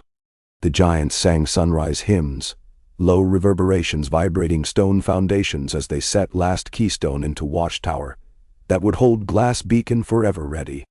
On Midsummer Eve, the queens hosted feast beneath open sky. Plates of roast duck, honeyed parsnips, fried trout from milkwater. Mead flowed, jests served tables, sulky pipers played tunes coaxed from bone flutes. Rhaenys wore simple riding leathers, hair unbraided, a single weirwood leaf pinned above ear. Kyle asked her for dance. She obliged, stepping in easy spiral while hatchlings darted overhead chasing fireflies. Mid-twirl she glimpsed Jon and Daenerys discussing architecture of peace. Davos teaching Giant 1-1 how to pick crab meat with smallest finger. Selene sketching formulas on scrap linen using gravy for ink. And she felt, for the first time, a pulse of belonging not bound to bloodline or cause, but to present laughter. Later, alone on parapet, she gazed north where sky shimmered green threads of aurora, as though veil parted on promise. The rider's words lingered. We are legion. She did not doubt more storms brewed beyond horizon. But she had answered storms before. She traced Dark Sister's pommel, then let sword rest, left there against wall. Hands free. She reached toward the lights, fingertips brushing cold night air. Somewhere, a raven cawed, carrying messages she would read tomorrow. Somewhere Stormcry rumbled in dream. Somewhere children on both sides of former walls slept unafraid beneath flicker of dragon-lit dawn. That sufficed, for now. Rhaenys turned, descending stone steps into keep echoing with song. She would write charter at first rooster crow, lay groundwork for keepers' flight paths, arrow slits, new alliances with Korth alchemists. For tonight, she would let voice join chorus. She would remember Ashara's lullaby, adapt it, teach wildling toddlers to pronounce Valyrian vowels in cadence of hope. She would hold Daenerys' hand and feel pulse of shared blood, no longer driven by vengeance, but by vow to guard fragility. When she entered hall, cheers rose, and not for title or sword, but for presence. She thought how strange, how wondrous, that after surviving nursery massacre, exile, siege, plague, ice and fire, the hardest skill she'd yet learned was how to accept joy offered freely. She inhaled, exhaled, and accepted. Later still, quills scratched parchment in Master's turret, drafting first page of Dawnwatch Chronicle. We fought the night and found sunrise. We know now sunrise can fade, but it can also be rekindled by hearts that refuse despair. Guard it well, reader. Become its keeper. Rhaenys signed with flourish.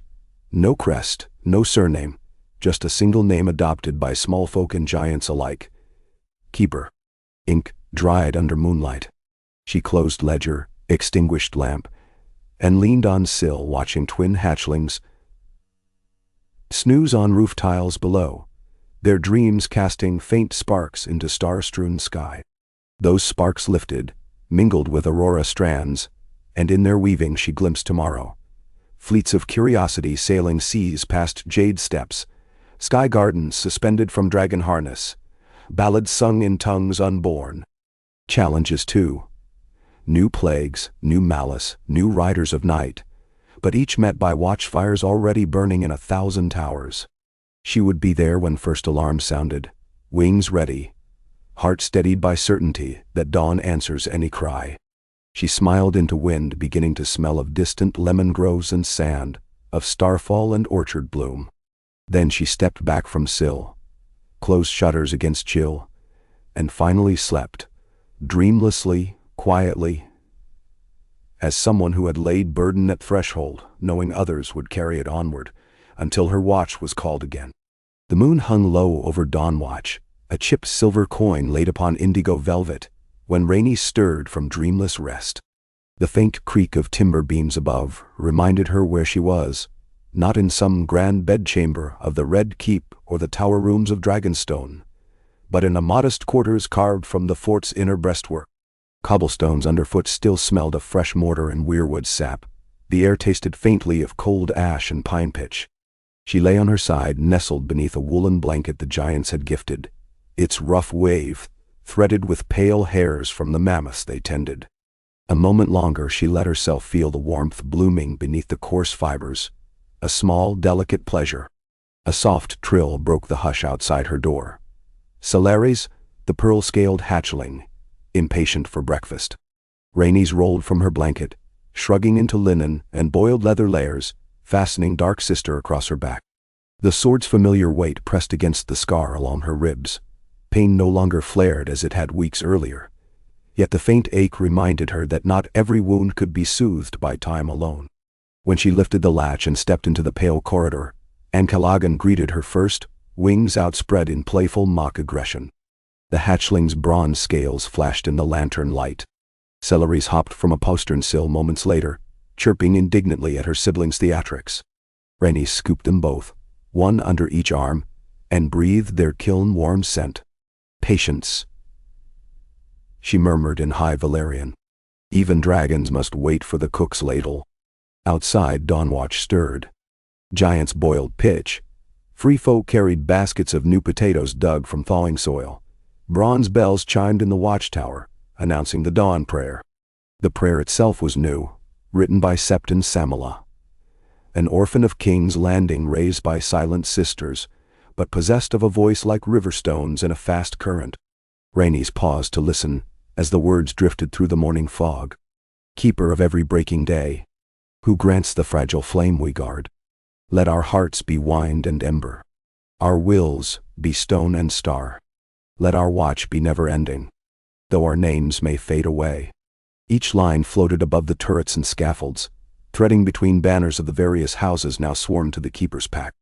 Dawnwatch Central Yard, a sprawl of log piles, kilns, and training rings, glimmered with the promise of new masonry. A formation of Vale archers marched south to relieve tired Dothraki outriders on the perimeter. A group of Dornish masons hauled granite to the eastern flank where frost still chewed the foundations. Tormund Giantsbane lounged on a supply crate, teasing a pair of iron-born blacksmiths who hammered nails into newly wrought gates. At the yard's edge, Stormcry stood sentinel, mighty wings half unfurled. His scales, once charred and pitted, now gleamed jet and copper beneath a glaze of oil Arion's spearwives polished into his hide. When he caught Rhaenys' eye, he dipped his massive head. She strode across packed earth to greet him, releasing celeries and ancalagon at his talons. They scurried forward with chirps and trilled demands. Stormcry answered with a warbling rumble that echoed in Rhaenys' chest. He nudged a small keg forward. Inside, a wriggling collection of salt eels and lamb offal procured before dawn. The hatchlings feasted, tearing into breakfast with an enthusiasm that made the giants laugh. While the little dragons fed, Rhaenys climbed Stormcry's lowered wing to the grove of timber beams that served as a perch atop his shoulder blades. From there she surveyed the bustling complex. The inner curtain wall nearly finished, the beacon's mirrored lattice gleaming beneath canvas, the training yard where Jon Snow sparred with a Northman half again his size, demonstrating how dragonglass daggers found chinks in plate. The scene filled her with a quiet contentment, but also a restlessness, the same itch that woke her from sleep night after night. Robb Stark approached below, brown hair caught in the early breeze. "You'll miss the oat porridge," he called up. "And the council waits, once the bell rings thrice." She climbed down to meet him, boots sliding along Stormcry's scales. "Tell them to start without me," she teased. "But save a bowl." Robb raised eyebrows. "Deprive Jon of the chance to lecture you about punctuality?" She laughed. "I can recite every word of his lecture myself." Together they strolled toward the keep's great hall, a structure only recently roofed with pine shingles, strong enough to hold Drogon's weight when he prowled above. Inside, the hall was lit by a pair of roaring hearths. The council, Jon Snow, Daenerys, Davos, Arianne, Silene, and Tormund, sat around an elongated table fashioned from cedar planks. A map of northern seas lay spread across the boards, stones marking positions along the coast. Rhaenys entered to the aromatic haze of cinnamon and pine pitch torches, nodding her greeting. Jon leaned over the chart, a quill poised in inkpot. "We're plotting keeper patrol lines," he said, "for when storms roll in from the shivering sea. Bronjon Royce reports that wyvernlings have been sighted near Coldwater Burn." "Wyvernlings?" Davos' eyebrows shot up. "Alive. 3, Arianne confirmed, and 1 dead, frozen solid." Selene tapped a crystalline pointer against the map. "But, if true, it may confirm the theory that remnants of the Ice Creed can bind lesser drakes by corrupting their elemental humors." Tormund scratched his fiery beard. "Less words, more meaning, Maester. Can these lizard wraiths kill my spearwives?" "Yes," Rhaenys answered bluntly, seating herself. "But we can kill them first." Daenerys passed her a bowl of porridge. "Our brother watchers from the Stepstones send dispatches. A trading cog from Quarth never made port. Last known sighting was west of the Broken Arm. Sailors claim an entire fog bank froze in midair." She locked eyes with Rhaenys. Within that violet glare, concern and iron resolve contended. "My scouts believe the Cellar of Midnights left other disciples. Bodies not yet served." Rhaenys swallowed a mouthful of porridge, tasting honey and burnt sugar. "Then the keepers must spread faster. We only have 3 wings ready to deploy. Stormcry, Drogon, and Ashwing. Myriad still molts, but we can train wyvern squads to relay warnings." Jon traced a new line on the parchment, northwest across the frozen waters. "The Isles of the White Knife are sparsely settled. If we establish watchfires on each, we would see any unnatural fog banks before they reach mainland." "We'll need spare beacons," Arianne said, "and crew accustomed to wind screaming like banshees." Tormund smirked. "Free folk are banshees, then it is decided," Rhaenys declared, setting her spoon aside. 200 volunteers, sail within 3 days. Sir Davos, you'll marshal the ships. Northmen Nars, reach long hulks, anything that floats. Selene will review cargo, dragon glass, wildfire pots, beacon shards. Jon and I fly ahead to chart landing points. If wyvernlings attack, dragons answer. No. Daenerys surprised her by placing a gentle hand over hers. "Be certain, sister. It's a risk to leave Dawnwatch again so soon." Rhaenys squeezed back. "So long as darkness travels, our vigilance must travel farther." She raised her voice to the hall. "The world shaped by fear is brittle. We forge a world shaped by trust. And trust demands we stand sentinel for those who cannot hold swords. If that means my wings seldom rest, so be it." A murmur of assent rippled around the table. Tormund slammed a hand upon the cedar boards. "We live once, may as well live loud." All present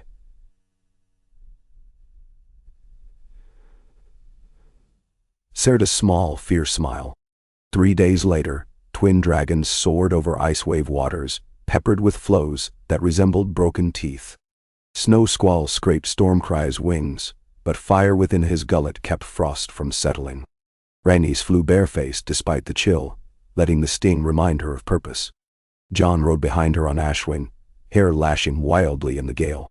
He pointed with dragonglass short spear whenever he spied a potential island for beacons. Below them sailed a ragtag flotilla, Davos' flagship, the Tidebreaker, an aging galley refitted with reinforced iron prow, led 2 Myrish clippers, a Braavosi turtle ship, and a handful of Northmen Nors stacked with pine logs. Free folk stood along railings brandishing spears of obsidian, singing songs whose lyrics changed every verse. Dornish corsairs kept watch in crows' nests, while Vale archers dozed under tar-cloth awnings. The first White Knife Islet was a humped slab of granite, barely large enough to host a watchfire. They named it Ember Rest, and planted a beacon carved from petrified weirwood, wood mixed with ghostly bleached stone veins. When Stormcray's breath kissed the beacon's bowl of pitch, flames flared crimson, licking sky with smoke visible for leagues. They pressed on, establishing 2 more posts, Ice Cleft and Star Whisper, over 5 days. Each time they pushed north, the temperature dipped, and Stormcry's exhalations formed massive halos. Then, on the 6th dawn, the sea went still as melted glass. Fog gathered, rolling over the water like a living curtain. Rhaenys' breath smoked heavier. Her dragon's scales cooled beneath her palm. From the crow's nest of the Tidebreaker came the call. "Shadows astern." Rhaenys wheeled Stormcry. Behind the flotilla, the fog bulged and rippled. Shapes emerged, wyverns, but wrong. Their wings skeletal, membrane mottled with black frost. Their eyes bloomed blue. 10, then 20, then spiraling dozens, they screeched through the mist, streaking toward the ships like arrows. Rhaenys signaled Jon. They split, the dragons diving opposite arcs before surging at the enemy. Stormcry's roar cracked through fog. He spewed fire in molten ribbons. Ice wyverns burst into shards mid-air, but their fragments recoalesced into smaller creatures gliding downward like lethal hail. These shards struck deck planks, biting through oak, and each fragment birthed a mini wyvern. Jaws snapping, claws dragging crew off railings. Davos shouted orders. Archers loosed obsidian arrows. Free folk slashed with spears. Flames from Stormcry torched half the cloud, but the rest engulfed Tidebreaker's starboard side. Screams cut through ship timbers. Ashwing dove, Jon straight as spear point. He and Rhaenys had trained for this. A tandem pass. Stormcry hurled a wide burst of furnace heat above the deck, forming a blistering thermal. Ashwing skimmed behind, wings cupped, sending gust wind that drove the heat downward into the mass of ice spawn. Wyvernlings vaporized in scalding spiral, leaving salty steam in their wake. Men coughed but lived. The deck hissed where frost and fire met. Yet new wyverns poured from fog. Rhaenys glimpsed a darker silhouette behind them, twice the size, its chest glowing faint cyan. The fear returned. The Ice Creed's new general. But this time, she was ready. She unclipped a black glass canister from saddle. A heat sink Selene had fashioned from the dead rider Shard's ashes, fused with Dane's star iron. She whispered to Stormcry, and dragon fire heated the canister until its runes glowed white. Rhaenys hurled the cylinder into the heart of the oncoming swarm. A blinding flash erupted, silent, searing, followed by a thunderous boom that punched waves flat. Heat rippled outward, a dome of incandescent air. Ice wyverns caught inside shattered into powder. Fog vanished in an eye blink, revealing the massive frost creature at its core, a horror with 6 wings and chain loops bound around its forelimbs. The blast tore holes through half its wings, sending it lurching. Stormcry and Ashwing closed in. Jon lifted dragonglass spear, but Rhaenys called out, "Chains!" She saw them clearly now, links of midnight iron, same as those hauled by the rider at the Eyrie. They glowed with runes, binding the beast's will. She realized this frost titan was enslaved, not masterminding. Cut the chains, free the beast, or end its forced life. Ashwing slashed with talons, severing one chain. A howl like glaciers grinding bellowed from the creature. Stormcray's jaws clamped another link, snapping it with molten bite. Freed of restraints, the frost titan's blue glow dimmed. It beat crippled wings, bleeding icy ichor, then dived beneath the waves, disappearing into deep vertical plume of mist. The remaining wyvern fragments dissolved into snowflakes, drifting harmlessly onto ship decks. Silence followed, broken only by the snap of torn sails and the panting of crew. Rhaenys circled once to confirm the threat had passed. Jon guided Ashwing to the tidebreaker, where Davos raised a gauntleted fist in salute, clothes tattered, beard frosted, but eyes burning with admiration. The flotilla made temporary repairs, then retreated south toward Ember Rest Beacon. They'd learned enough. The enemy remained, forging slaves of ice and air, but their armies could be unbound. Rhaenys drafted a quick report to Dawnwatch, tied parchment to Raven Leg. Olive Wing, swiftest bird in Silene's coop.I. Olive Wing wheeled into cloudless sky. That night, beneath aurora coils, Rhaenys and Jon stood on Tidebreaker's foredeck. Salt spray glittered on starlight. Jon turned the silver Argos candle he had kept since the night watch days. "Ever wonder if peace is illusion?" he asked. Rhaenys leaned on the rail. "Peace is breath." Fleeting repeated. "The chest may rise and fall, but while it rises again, life exists." He considered that, nodding. "Then we must breathe for the realm until it can breathe on its own." Their conversation halted when Ashwing's eyes flared. Across the sea, a faint orange fingerprint bloomed on horizon. Ember Rest Beacon. A sign. Dawnwatch had received message and likely responded. Lights still burned in places free of fear. Rhaenys exhaled. 2 weeks later saw their return to Dawnwatch, where giants, maesters, and dragons alike labored in feverish preparation. Selene greeted them with new designs, a lumen ward network of light towers employing heat shard capacitors that could incinerate airborne ice. Arianne displayed fresh training manuals for keeper recruits, pictograms showing wyvern strike patterns, spear group formations, and dragon etiquette. Davos rattled off figures, grain shipments on schedule despite storms, copper shipments arriving from Lannisport, the treasury strained but intact. Daenerys met Rhaenys on the ramparts at dusk. Hatchlings nestled in crook of her arm. "How many hearts did you break this voyage?" she teased. "Only the ones that tried to eat my fleet." Rhaenys recounted the engagement, the freed frost titan, the heat blast. Daenerys listened, expression sharpening to flint-hard purpose. "Every time we cut a chain, we reveal a different link.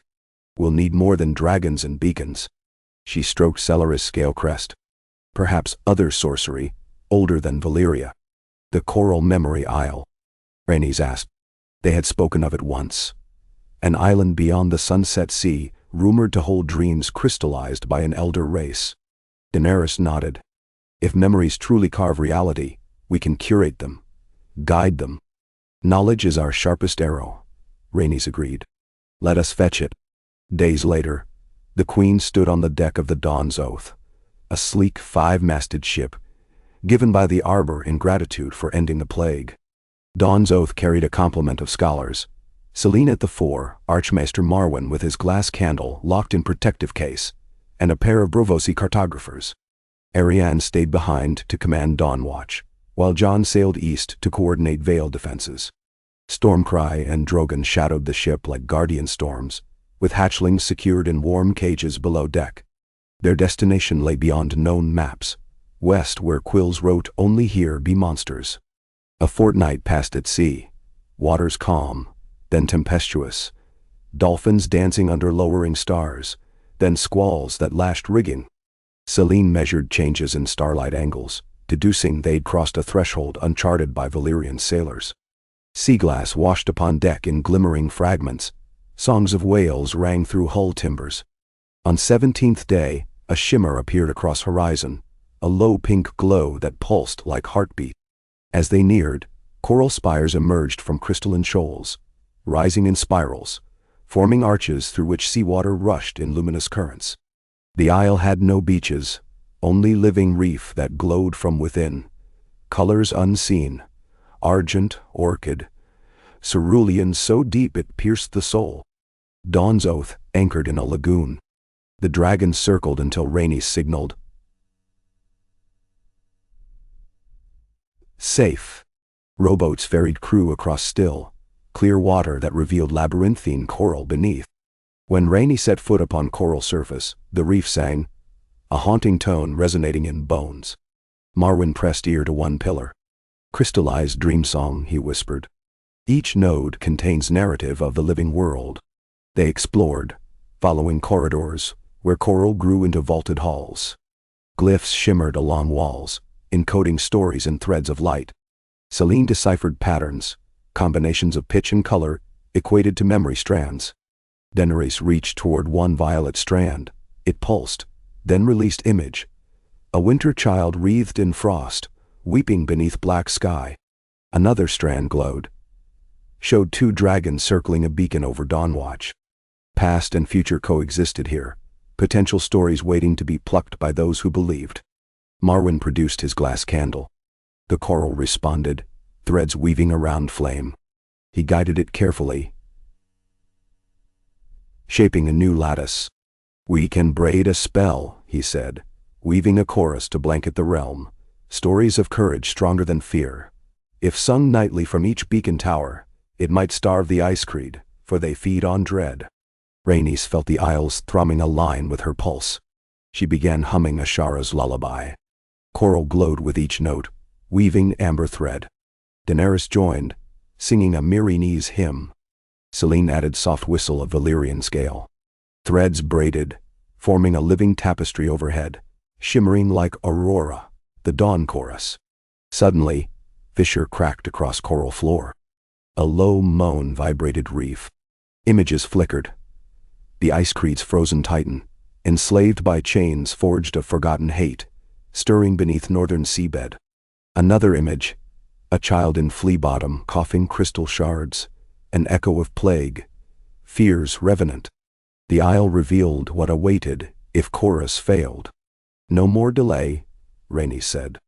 They spent 3 days inscribing the dawn chorus onto silvered rods, each etched with runic pitch. Dragons ferried rods back to Dawn's Oath. Stormcry roared in farewell.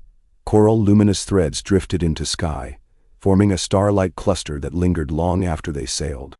Upon return, the keepers divided the rods, one to each beacon tower. At sunset, Selene ignited Dawnwatch rod within the beacon lattice. As dragons released their fire, the rod melted into vapor of light, and the dawn chorus sang, notes unbound by air alone, resonating through stone, snow, and heart. Across the realm, rods glowed. The melody braided from tower to tower, an invisible net. Winter's night shuddered. Rhaenys felt it, like thin ice cracking under burden. Days grew longer by heartbeats. Fishermen at White Harbor reported ice wyverns turning to mist before approaching nets. A second plague flare in King's Landing fizzled in hours. Still the keepers kept watch. New threats tested them. Rogue sellswords bearing frost runes, cultists in Lannisport hawking shards of false hope, sky blooms freezing crops. Each time, keepers deployed. Dragons for skies, ships for coasts, letters of unity for minds. As seasons cycled, Dawnwatch grew into city fortress. Libraries, forges, gardens warmed by geothermal vents. Children of every race attended keeper school, learning maps and melodies, sword and compassion. Giants overseen by Wun carved colored canals for hatchlings to swim. Stormcry, eldest, perched on the heart tower each dawn, bellowing greeting to sun. Rhaenys, now simply Keeper Rhaen, still wore dark sister but rarely unsheathed her, preferring song, plan, and flight over blade. Some nights she walked ramparts with Kyle, speaking nothing, content to share silent vigil. Others she traveled, speaking at Market Square in Old Town, visiting orphans healed from glasslung, sitting among free folk telling stories around campfires. One midsummer twilight, she stood atop Beacon Spire, lasers of coral print light pulsing overhead. Daenerys joined her. "It feels endless," the silver-haired queen murmured. "Endless, but not lonely," Rhaenys replied. They gazed north. Horizon blackened, aurora flickered. Far beyond, they sensed dormant dread. But it no longer cast shadow over their hearts. It challenged them to stand ready, to keep dawn's breath alive. Daenerys smiled. "You once told me peace is breath. We just taught a realm to breathe." Rhaenys nodded. "Now we guard its next breaths, and rest between." She leaned against her sister, watching first stars ignite, small but fierce in the coming dark, like keepers themselves. For the moment, the world rested upon their shared shoulders and breathed.